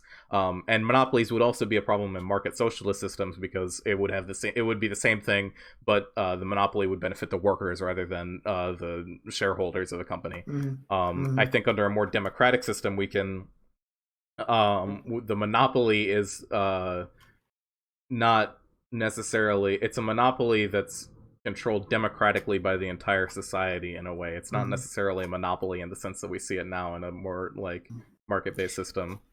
Well, Yeah, and we let can me. see like state monopolies on certain goods even act well under capitalism, right? Like there's state monopolies on like electricity and water in certain areas that seem to Yeah. function. I spend most of my career is about trying to state electricity monopolies, actually. So Oh. I'm not a big fan of state electricity monopolies. I All think right. they are an example of that. But without getting into the weeds, All I right. clearly disagree on that. But let's keep this kind of higher level right now to get to your point. There's somebody in our chat here I think made an interesting point. I want to get your take on. The profit motive is ultimately just the power motive, and that power motive itself is ingrained. So if you remove money, if you remove profit, then then in a socialized society, power is pursued in other ways, right? Maybe social popularity, convincing masses of people to follow your ideals through charisma. But ultimately, whether it's expressed through profit or by socialization, I mean that drive for power over other people is still there, is it not? I think that I don't think that a drive for power necessarily is human nature. I don't think that it's like a Mm-hmm. biological impulse that people have to achieve power over others. Mm-hmm. I think that typically, or if it is, then that drive is mostly expressed because we currently structure our lives in a way that Mm-hmm. having power over other people increases your own status in certain ways. There, like, without going too in the weeds with anthropological Sure. examples, there are examples of like human societies that do that have organized along different lines where they organize in an egalitarian way without people necessarily pursuing power over others because Mm-hmm. having have your own status isn't tied to your ability to enact force upon others. Mm-hmm. It's something that's more built around cooperating and the ability to cooperate with others in a way that like this if this was like human nature that we always seek to enforce Right. power over others, these societies could not possibly exist. Well, I mean, but I guess I mean, having power over others does increase your status over those people in some degree. Right? I mean, like if you've got the power, if you are democratically elected to lead the party supply cooperative, I mean, you've still got some status, you've still got some power, even if it flows from democratic means, right? Yeah, but I like mean, the that's whole a like point of anarchism is like to analyze these power structures and to ensure that they're to ensure like anarchism from my perspective is more of like rather than a strict prescription of like how things should be run, it's a mm-hmm. lens to organize certain frameworks from, right? So Yeah, like yeah, okay, all right. if we have a structure where these if we end up organizing things in like a post-capitalist sense so that one person can be elected head of the party supply cooperation and that Thanks for person going with exerts my fun one here. I appreciate it. right. Well, Yeah. if we elect that, if we have a system that encourages that one person to have like power over others, and Mm-hmm. they're able, the system allows that person to exert that power in a way that leads Mm-hmm. to bad outcomes. We can Yeah. use anarchism, like we can use anarchist analysis as a tool Mm-hmm. to consider how that hierarchy affects production and Mm-hmm. ways to mitigate that hierarchy. Right. Like we can Yeah. have a lot of anarchist forms of democratic organization are based around the idea of like a consensus-based democracy where where it's not necessarily like majority rule. It's based on ensuring that everyone who is affected by a given decision has their needs directly addressed before like making the decision. And these things are like a common criticism is like these things are inefficient and they take time, but I'd argue that like the time it takes to make these decisions is really is something that feature, not a bug. Yeah, it's something that we can do, and it's something that we need in order to make sure people are treated equitably. Do you think it's possible? I guess to get back to right now, do you think it's possible for people to organize cooperatives that are competitive with traditional businesses under current law, or are there strictures in place that make this really difficult? I don't know enough on the law to say whether or not the law is restricting co-ops from competing. Anything, no, really, anything. I just don't know. I do think market forces make things like really hard to compete. Like even smaller like capitalist firms have a really hard time competing with Walmart and Amazon because they for them treating their workers well is an externality. They don't need to consider that in any way. Right. And because of this, like cooperatives can't necessarily be as competitive under capitalism because they have other things that they need to consider that these larger companies don't. And even if we did have cooperatives in the United States, there are still flaws with cooperatives operating under like a capitalist framework internationally because the needs of like workers abroad, like say you have like your goods are produced in like a sweatshop and your t-shirts that you're printing are produced in a sweatshop in China where people are treated incredibly poorly. That's an externality that you don't need to address in order to ethically produce things in your cooperative based on the United States. That's a problem I see with the framework. Banks often, someone in my chat just said banks often refuse to loan to co-ops because they typically don't pull a lot of profit in the sense that normal businesses do. Well, I wonder if just thinking about this, because I've heard a lot of control over enterprises, and I wonder if it would be possible to have some kind of tax structure that might favor that form of organization under the justification that, hey, look, workers will typically get a better treatment out of this, and so maybe as a form of social programming, not unlike a minimum. We would want to give people every incentive if they want to form organizations like this, stay in business, to do so. Those are like valid forms of harm reduction, I feel. I don't think they actually like resolve what I see as the core issues with capitalism. There are like certain policies like the Labour Party in the UK under Jeremy Corbyn is campaigning under a right to first refusal for workers in a business to like purchase if their business is being their place of employment is being sold, they can purchase the business themselves with a low interest loan from the government and turn it into a worker cooperative. And I think policies like that are a valid form of harm reduction by increasing the prevalence of co-ops. Well, yeah, I mean, just given how much tinkering we do with the economy already in the tax code, I'm interested in ideas like that because, hey, maybe there's really to the advantages of that form of organization for workers. But what I really don't like are proposals to just kind of, I guess, do away with capitalism, because I don't. I just feel like everywhere that's been done, we've had shortages, misery, and sure, there's misery and shortages under capitalism, but when you've done away with it and had some kind of large scale planning or retreat from market forces, it always seems like it leads to tears. And I just don't. I don't know that. I mean, are there examples other than say Catalonia to look at that? Where we could get another an alternative to that viewpoint. So I don't want to idealize pre-capitalist societies because a lot of them had like pretty bad. Like a lot of them had other flaws that I think need to be addressed, but there are a lot of anthropological examples that you can look into about like indigenous people who, and this is a big part of why indigenous people have historically been like brutalized by capitalist forces, is because their form of organization typically does not apply to traditional like private capital structures under private property, those I think are examples of the system functioning properly, but Hmm. falling to foreign intervention. Hmm. I ultimately think that I also think that while I don't think capitalism is like you said it yourself, like these shortages exist in capitalism, but I think that you're minimizing that in a way that directly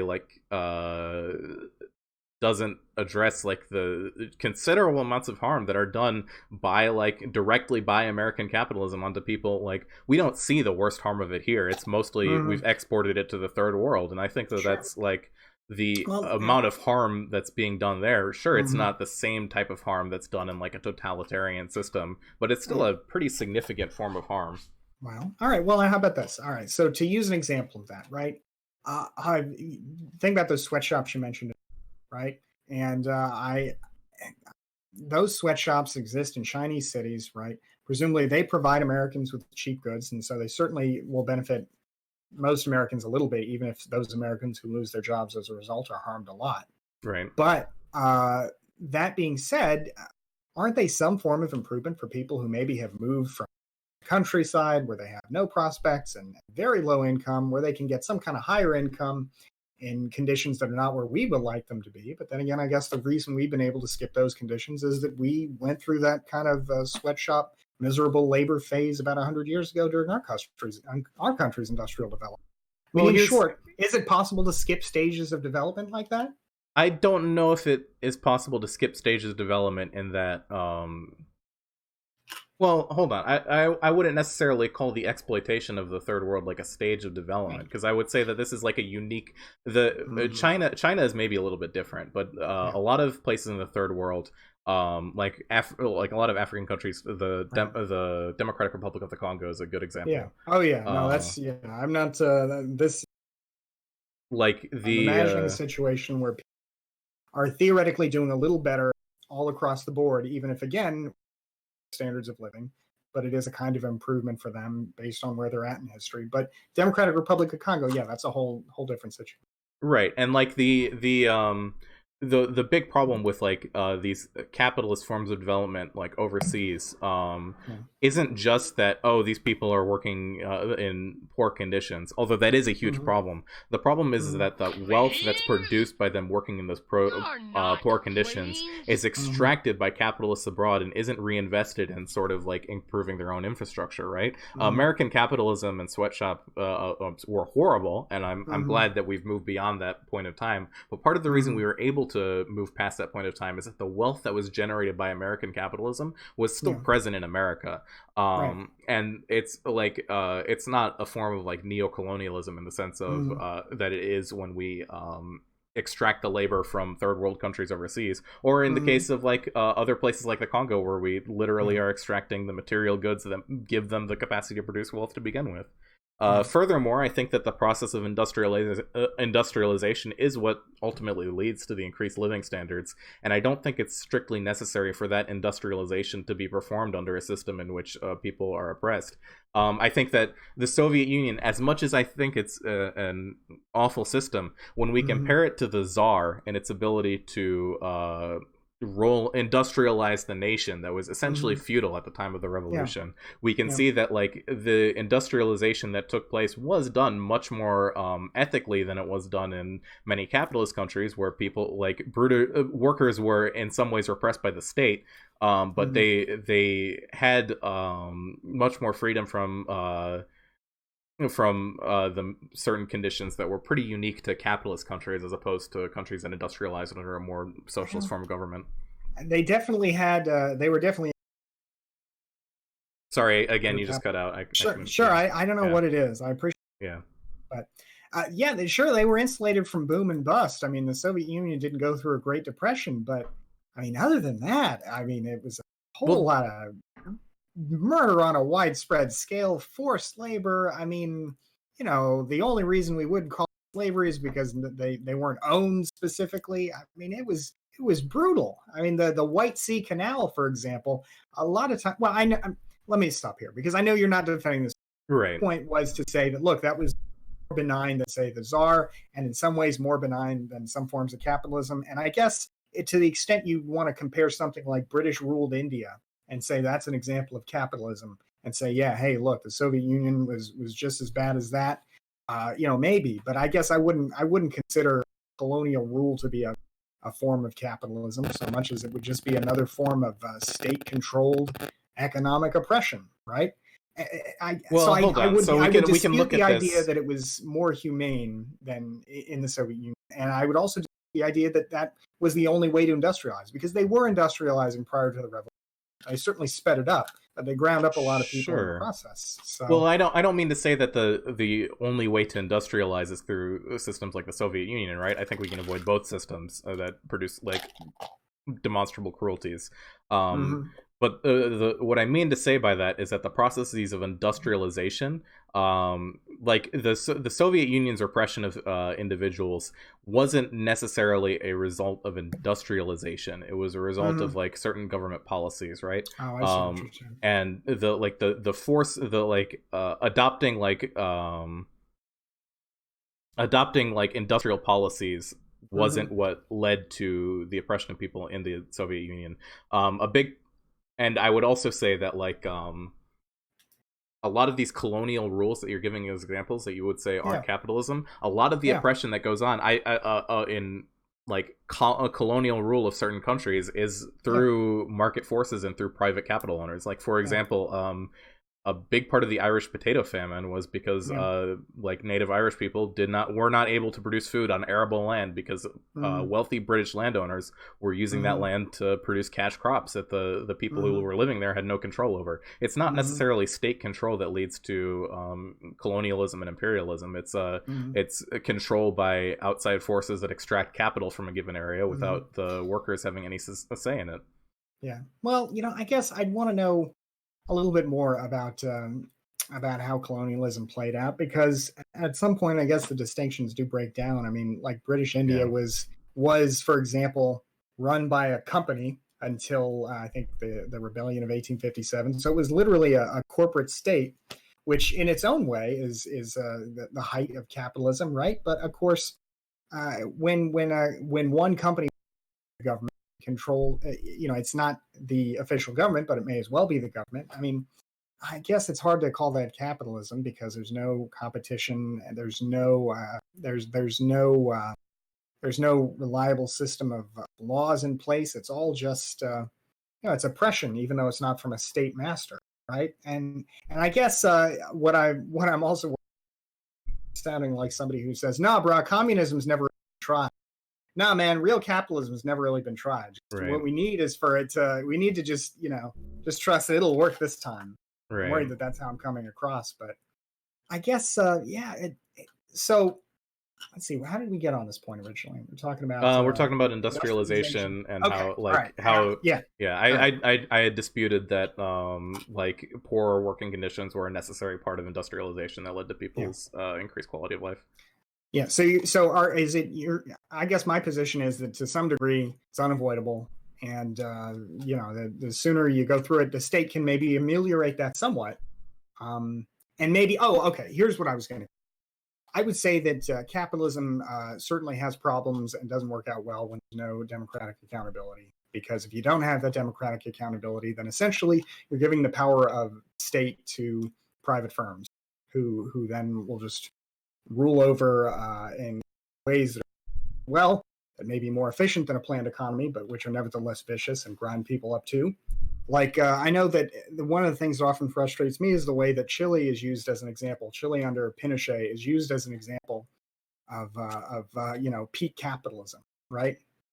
Where I mean, ultimately, no, there's a military dictatorship, right? And that isn't Sure, but for I that would as a capitalism when there's none of the democratic accountability that makes developed countries work, like the capitalism developed countries work. well, I would say that that democratic accountability isn't necessarily a feature of capitalism. It's a feature of the structure that capitalism exists in, right? Capitalism Right. typically exists in liberal democracies because Mm-hmm. liberal democracies allows capital to flourish while still maintaining some sort of like uh, structural framework that's Yeah. relatively consistent that companies can rely on there being some degree of stability. But the government in liberal in like liberal democracies like the United Hmm. States, Yeah. capitalist forces still have like a vast degree of control over that that's completely undemocratic. Your Hmm. workplace is not democratic whatsoever. Right. You're like what democratic processes we do have are Hmm. typically very highly impacted by capitalist forces using funding to elect certain people. Hmm. They're what the mechanism that those democratically elected individuals use in order to enforce the laws upon capital are typically staffed by people who have a vested interest in Hmm. capitalist firms being able to do whatever they want. Like former like bank executives and people who like directly benefit from increase profits at the cost of everyone else's living standards. Oh yeah. Did you ever watch that movie, The Big Short? I did. I don't remember much of it. That's just the height of the kind of example just discussed. Is great movie. Yeah. The Well, let me ask you this then: what is there still private property in your kind of idealized society? Does that still exist, or is that a So, concept that itself just kind of falls away? private property in the sense of like what what I'd like to I there's no private property, but when we talk about private property from like a leftist perspective, when a leftist says we want to abolish private property, typically there are some exceptions to this, but typically what we mean by that is that we want to end things like absentee ownership of property. Things like I own this field, everyone who works on this field has to uh Hmm. pay me Right. I own this field of grain, everyone who works in this field of grain, I'm going to pay them Hmm. a wage, but I have Yeah. total control over all of the profits that are made on this field. Yeah. And you can scale that up to whatever industry you feel like it's Hmm. applied for. Hmm. But that sort Hmm. of absentee ownership of private property is what leads to what we see as like an inherent moral failure of capitalism and the inherent undemocratic what I see as inherently undemocratic oppression. Well, would it really be any better if the if the absentee landlord was out there working? Hey No, guys, let's work harder. I mean, the exploitation is still there, you're right. No, which we're it would discussing. not be any better if the absentee landlord is also working on the field, which means that there shouldn't be any one owner of the field. It should be owned uh, by those who use the field, right? Whether that be like the individual workers on the field, that be the people who the field like provides for. Everyone has a vested interest in this economic production. So Mhm. because of this like shared vested interest in how this facility functions, there should be a shared democratic control of it to some extent. I guess I don't understand then what motivates people to start enterprises and to take the risk of trying new things if ultimately they've got to share everything from the start with people who kind of tag along. Like, isn't there some value to society of people being able to reap the rewards of taking the risks of starting enterprises or starting businesses or Well, what risk are so they on and so taking? forth? Well, That two they questions. invest in Two capital and question. No, presumably they well, hold on. yeah okay Under the new system, yeah who's what are they risking under a new system when they're not investing capital and owning a yeah thing? They're just yeah doing something and developing well it.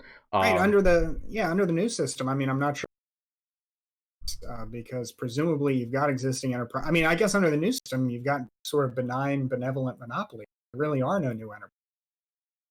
Right. And the other question I'd have is who has the opportunity to take those risks under our current capitalist system? Because it's not a situation of anyone who wants to can take the risk of starting their Right. own firm Oh, and sure. Yeah. like this is not only is are there like barriers to entry that prevent everyone from Mhm. like starting their own business under capitalism, but Mhm. capitalism would not function at all if everyone was able to go out and start their own business. If everyone and anyone Mhm. who's starting a business relies on labor in order to make that business Mhm. function, we Yeah, structurally but cannot have people who all own their own business and profit off of other people's labor like that.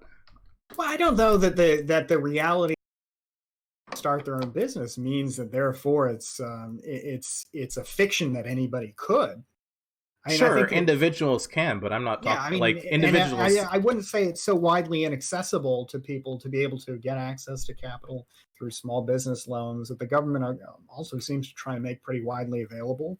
I mean, I don't know that I would say it's so difficult to take a chance on it that it's so difficult as to be impossible. I mean, it does seem to be widely accessible that people can get access to some kind of capital to start some kind of business if they want and take on that Sure. risk. And of course, it's there. So I mean, What I mean I by don't. saying, sorry, what I mean by saying that it's impossible isn't that it's impossible for any one individual to go out and start their own business. Many people can. Some people cannot because like the barrier to entry is too high for them. But many people are able to, over the course of their life, save up enough money and start their own business. And some percentage of those people will be able to predict market forces in their area to the extent where they'll be able to make some money off of it and move up from being like a laborer to an owner of a business and change their relationship to means of production, right? Structurally, however, capitalism cannot function if everyone did Everybody this. does. Yeah, if everyone does this, there's no labor to work for those businesses, and it becomes unsustainable. Well, I mean, I guess you can imagine somebody's in or something. Sorry, But, you're cutting out really badly for me. God, I really need a new Yeah. microphone. I guess you could imagine some kind of situation, contract of some kind. But I mean, I would grant you that you're right. In a practical sense, not everybody can do it because the system wouldn't work that way. But I guess that's like saying not everybody could, not everybody can choose. I mean, presumably in your future society, everybody could choose whatever job they want to, right? They could choose the enterprise they want to work at. They'd be free to do that, right? Yeah, there are like a number of ways to do things. Like people can choose the things that they'd like to do, but also like we have certain because I'm pretty sure like the next point you're going to make is like people are going to need to scrub the toilets and no one is going to sign up for that job. No, Okay. Not exactly. Yeah. But I was, if people have the freedom to choose, that doesn't. But you could simultaneously say, well, they don't really have the freedom to choose because say everybody wants to be a toilet scrubber. Well, there's only so many toilet scrubbing jobs out there, right? So they don't really have the freedom to choose because there's only so many slots out there for the job you want. Invariably, there are going to be people who match up with jobs that they don't want because there just aren't enough slots open for the jobs that they do want. Therefore, your fiction, your idea that everybody has the right to choose their form of work is a fiction.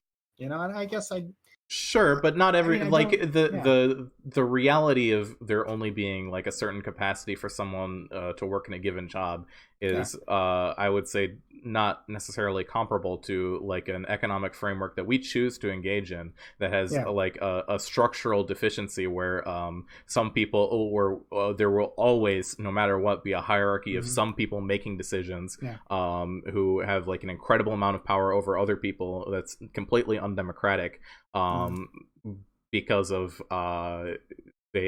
they happened to either take a risk or they inherited wealth that someone else who took a risk at one point took gained. And it's true. There's some uneven benefits like that. Sure. Yeah. I mean, let me ask you this, since I know we've been going back on this. I feel like you're, to borrow a phrase from Margaret Thatcher, I feel like you're a socialist I could do business. I enjoy talking with you about this because I feel like you're coming at it from as practical a position as possible, and I feel like what you ultimately want is the least coercive form of it possible, right? Yeah, I would say that typically I would say that like yeah, my goals are completely like in order to. Sorry, I'm like losing track of my thoughts right now. Sure.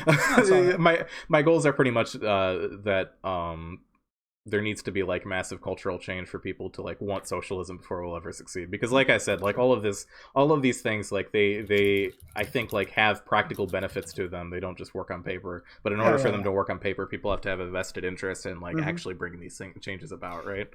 So how did you get into this? Was there a book that you read that really, I could check out that got you really into it? Well, I'm sure people have told you to read The Conquest of Bread if you've talked to any anarchists before. Yeah. Like that's the big one that I've read already. There's Malatesta is another anarchist writer who writes a lot of good theory.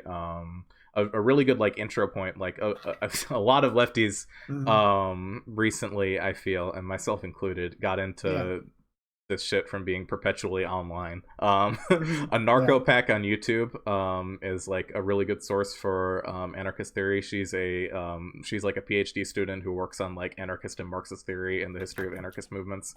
I do enjoy. He's not an anarchist, but I think Gramsci has a lot of really good writings on I've heard about him. and but like as to like specifically how I got into it, like how I Yeah. go like moved into like a social space where I was aware of these books and things like that. Yeah.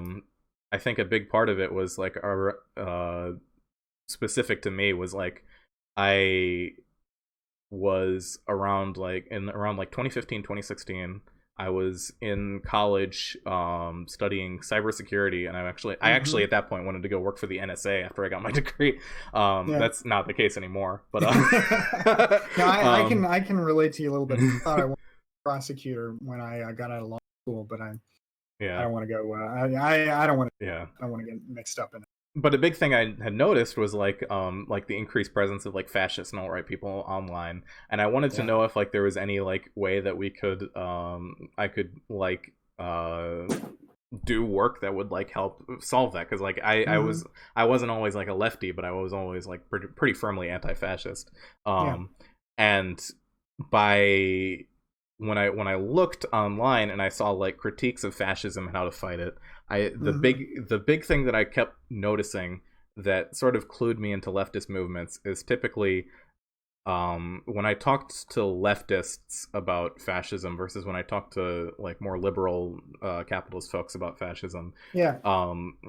From the people approaching the issue from a leftist framework seem to have like a much more coherent and reasonable answer for how do we actually fight this versus we just let them lose in the marketplace of ideas, when that's clearly not happening, right? Well, I wouldn't say it's not happening, because I'm not discounting it as an issue. And sure enough, I mentioned that I thought it was an issue, but I do feel like it is still a minority opinion that is generally widely discredited by all institutions except for our current president. Sure, but those people aren't going to like those like minority of people they are losing out perpetually in the marketplace.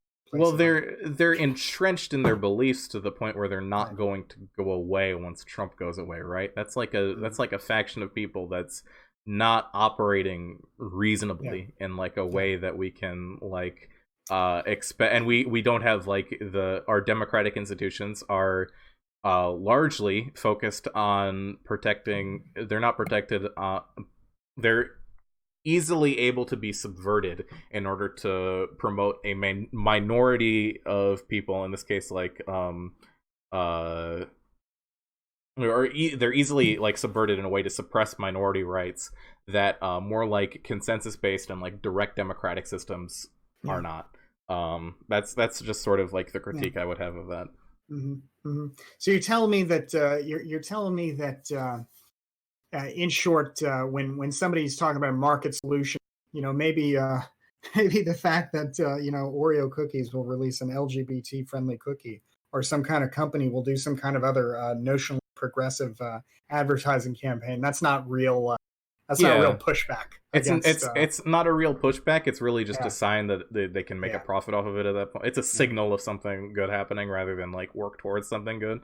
The big thing the big criticism I would make is actually more towards like our governmental structure than our economic structure in this case, where like I believe that like a liberal democracies like the United States don't extend democratic principles far enough, and typically they're able to suppress minority rights because a democracy where in our current sense does not reflect the rights of everyone in the way that it needs to. Well, I will say that I do think that when it comes to the far left and the far right, people on the far left are a lot easier to talk to and do seem to generally be much better educated than folks on the far right, who seem to operate on gut. Like by far right, I mean on the alt-right side. They typically seem to run off of I don't mean like conservatives, I mean like past that. They typically seem to operate on on assumptions and half-baked ideas. And as much as I would describe a lot of socialism as something similar, there is at least some kind of academic basis. There are a lot of ideas that you can look into and think about and read more about and have a discussion about, whereas it's a lot harder on the right. It seems like it does seem a lot harder to have discussions with people on the far right than it is on the far left. At least that's been my experience. Yeah, I think that people on it's a structural difference in how those ideologies operate, right? Because people on the far right, like there are some people on like the extreme far left who are like like tankies who are like, oh, we Yeah, need to like yeah. red fascists who are like, oh, we need to enforce racial hierarchies in order to end capitalism or things like that. Yeah.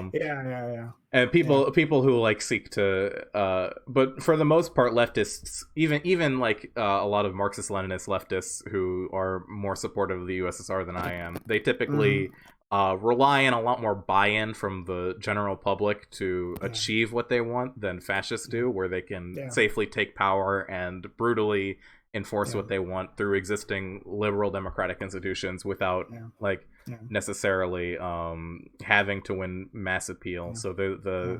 the rhetoric that both sides use is affected by that, I think. Well, yeah. I mean, I think that's true, and I will say though, I so far the marketplace of ideas, I think, has done a pretty good job heading off a lot of extremism, and I think it would be harder to do if we didn't have. Let me ask you this: how do you feel about the free speech absolutism that we basically have in the United States, where there is no legally defined hate speech? The government really can't punish you for saying much of anything. Do Um, you feel like well, first of all, do you feel like that's an accurate characterization, and do you feel like that's a better system or a worse system than, say, Canada or Europe, where you can, face criminal prosecution for saying hateful things? I don't really I don't really have like a strong opinion Yeah, on the government specifically like yeah, enforcing laws like this. Like I think hate speech laws along the lines of hmm like C-16 in Canada are hmm typically typically these a lot of these laws overseas aren't necessarily restrictions on individual speech, but restrictions on like speech from like your employer or like your yeah, landlord or things like that.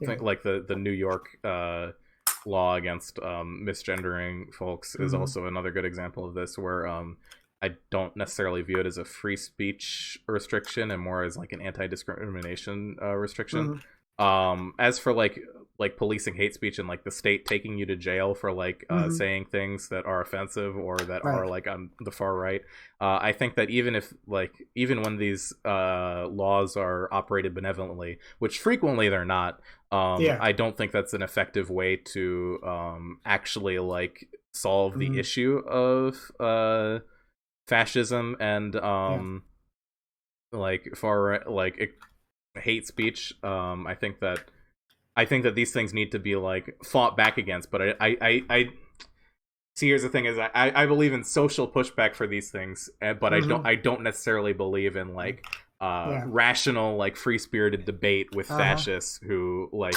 and like hearing their ideas out in the same way that you would I would hear your ideas out, right? Right. Yeah, I see what you're saying. I see what you're saying. I mean, to an extent, when your ideas amount to, hey, a certain portion of the population just has to go. Yeah. That's difficult to have a debate about. So, yeah, well, I'll agree with you there. Um, So the other thing I'd say is that you asked, do you think this assessment of free speech absolutism is accurate? And I'd say that it's accurate for the most part right now, but historically, mhm, when there's like been like a far left group that's actually posed like yeah, anything even remotely close it's to true. like a threat from the current existing order, Hmm the free speech protections don't apply to them. Like the Yeah. government Oh yeah. does like frequently drag people, especially like people of color or like LGBT activists. They end up locking them up and using violent hmm coercion or hmm outright Yeah, killing them. I do wonder. I mean, I know, for example, somebody in the chat is saying I refuse to protect the rights of communists. Like I know that those I don't know if they were communists in this case, but there was a case in World War One where people who were just advocating against the draft, they jailed them, right? Yeah, I a mean, lot of so those people were yeah, communists, but some of yeah, them were not. I'm not going to say yeah, all of them were. yeah. So yeah, it's and I would wonder, to get back to what we were talking about earlier, the way that will sometimes, for example, infiltrate organizations and try and break up protests from the inside. I wonder if that itself could ever be. This is maybe just me thinking out loud. I wonder if that could itself be a kind of violation of the First Amendment, violating your right of assembly by means of the state interfering too directly in it. You know? Yeah, Um, I mean, I But that's yeah. I don't know if I whole have other like a issue. strong opinion on that. Yeah. That's a whole other thing. Yeah. Yeah. I do Well, think that like I don't know. For the most part, I just don't necessarily see the. I'm not really going to be incredibly supportive of like the state enforcing like speech regulations typically, because I don't yeah. think, not because I don't think that certain all speech deserves to be protected at all costs, but because I Mm-hmm. don't trust the state as an institution to make the Oh, decision yeah. of what speech should be Yeah. protected and what speech should not. Well, hey, I think we can at least agree that a lot of the time we wouldn't agree, or we can at least agree on that. A lot of the time we wouldn't trust the state to make that decision. Yeah. That sounds good to me. Well, so I'm definitely going to check that out. The Conquest of Bread. That's my second recommendation for this book since I've been on Twitch. In fact, that's 2 more recommendations than I've had on Twitch for any other book. So I'm definitely going to check that out. I think that sounds good. You should. I know last night I was doing this roundtable with Touring News. You should. I've really enjoyed this chat, so I think you should definitely reach out to him. And if you like those kinds of roundtables, I saw you on the one with American. Yeah, I'm President, the right? And you were the producer of the show. Can you talk yeah. a little bit about anybody who wants to check it out? Sure, yeah. I run a weekly like leftist podcast slash panel show with American Johnson. He's goes by Non-Compete on YouTube. He's a fairly large anarchist YouTuber. He just moved over to Twitch, and I co-host and produce his show on Twitch for him. You can check that out at twitch.tv/noncompete. That's every Wednesday night at 10 p.m. Eastern. Additionally, I stream myself. You can find me at twitch.tv/Commie Zoombini. I just sent the link to our chat. Yeah. And could you tell us a little bit more? Sorry, a little bit more about what you cut out. The Zoombini side. Oh, Where does that come from? yeah, Zoombinis is a children's game where there are all these little blue folks that wander around in a commune, and then capitalist investors from overseas come and they promise increased wealth, but what they really end up doing is they end up industrialize. It's exactly the form of neocolonialism I was talking about earlier, where their labor is extracted with the workers having no power over it. I especially like the way that you took that, because when I watched the Zoombini's introduction, I always thought that this was a nice capitalist utopia that was overwhelmed by some kind of state coercion, right? So it's interesting. I like it though. It's a great game. I want to stream that sometime. Yeah, it's the thing I noticed when I streamed it is that you have to play through every single puzzle on like the mode for like little kids before you unlock like a difficulty that's like actually like entertaining. Yeah, that's kind of lame. Yeah. Right. Well, so it goes. Well, hey, I'm gonna be doing this stream for the rest of the day. So if you want to check in later, that'd be great to chat with you. Are you going to be streaming? I know you're streaming now. How long are you typically streaming during a day? Typically on the weekends, I stream from like about noon to 8 p.m. Okay. But I might be ending earlier today. There's another streamer who y'all should check out at some point when everyone else is offline. Named there's a trans activist streamer named Izzy Bear 713 who is trying to raise money for TwitchCon. She's amazing. All of you should donate any spare money you'll have to her. She deserves it. Sounds good. Yeah. Well, hey, I hope you check out Commie Zoombini. It's been a blast. And we definitely got to do it again. Yeah, it was nice talking to you. Have a good one. Your background. So thanks for joining us, and thanks again for all your patience. I know I rescheduled like 8 times. Oh yeah, no, don't worry about it. I'm a flake too. So it goes. All right, man. Well, hey, enjoy the rest of your weekend. We'll talk again soon. Yeah, have a good one. All right, take care. Adios. Alrighty. How did that go? How did everyone like that? I see Josh in here. What's happening, Josh? Holy fuck, his chat, my dude. Yeah? It was pretty bad. Yeah. Oh well. Why are you speaking in French? Yeah, I've got a lot of people here who I think are trolls from his chat, but you know what? That's just the nature of things. Yeah, there were like people in and out the entire time. Oh, I'm watching his chat pop off right now. Yeah. is popping off. The guy that's clearly a fascist in his chat just said beta, spelled in clearly the golden one way. Beta. Nice. Why are you speaking English? Because I'm an American. I don't speak any other language. Alrighty, we're gonna do call-ins now. I still feel like talking about politics. We're gonna do call-ins for now. I'm gonna raid Izzy later, but I want to talk about politics. I'll talk about politics with you. I think dogs should be able to vote. Hell yeah, brother. Baguette.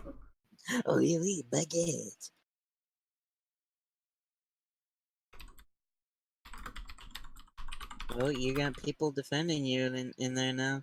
Oh, yeah, I noticed that there were some lefty people who watched this stream. Yeah. Someone just said can't dispute his ideas, let's just attack his looks. Yeah, no, that's probably, I'm sure there's a lot of that. Oh yeah, that's been going on the entire time. You've got neckbeard a whole bunch of times.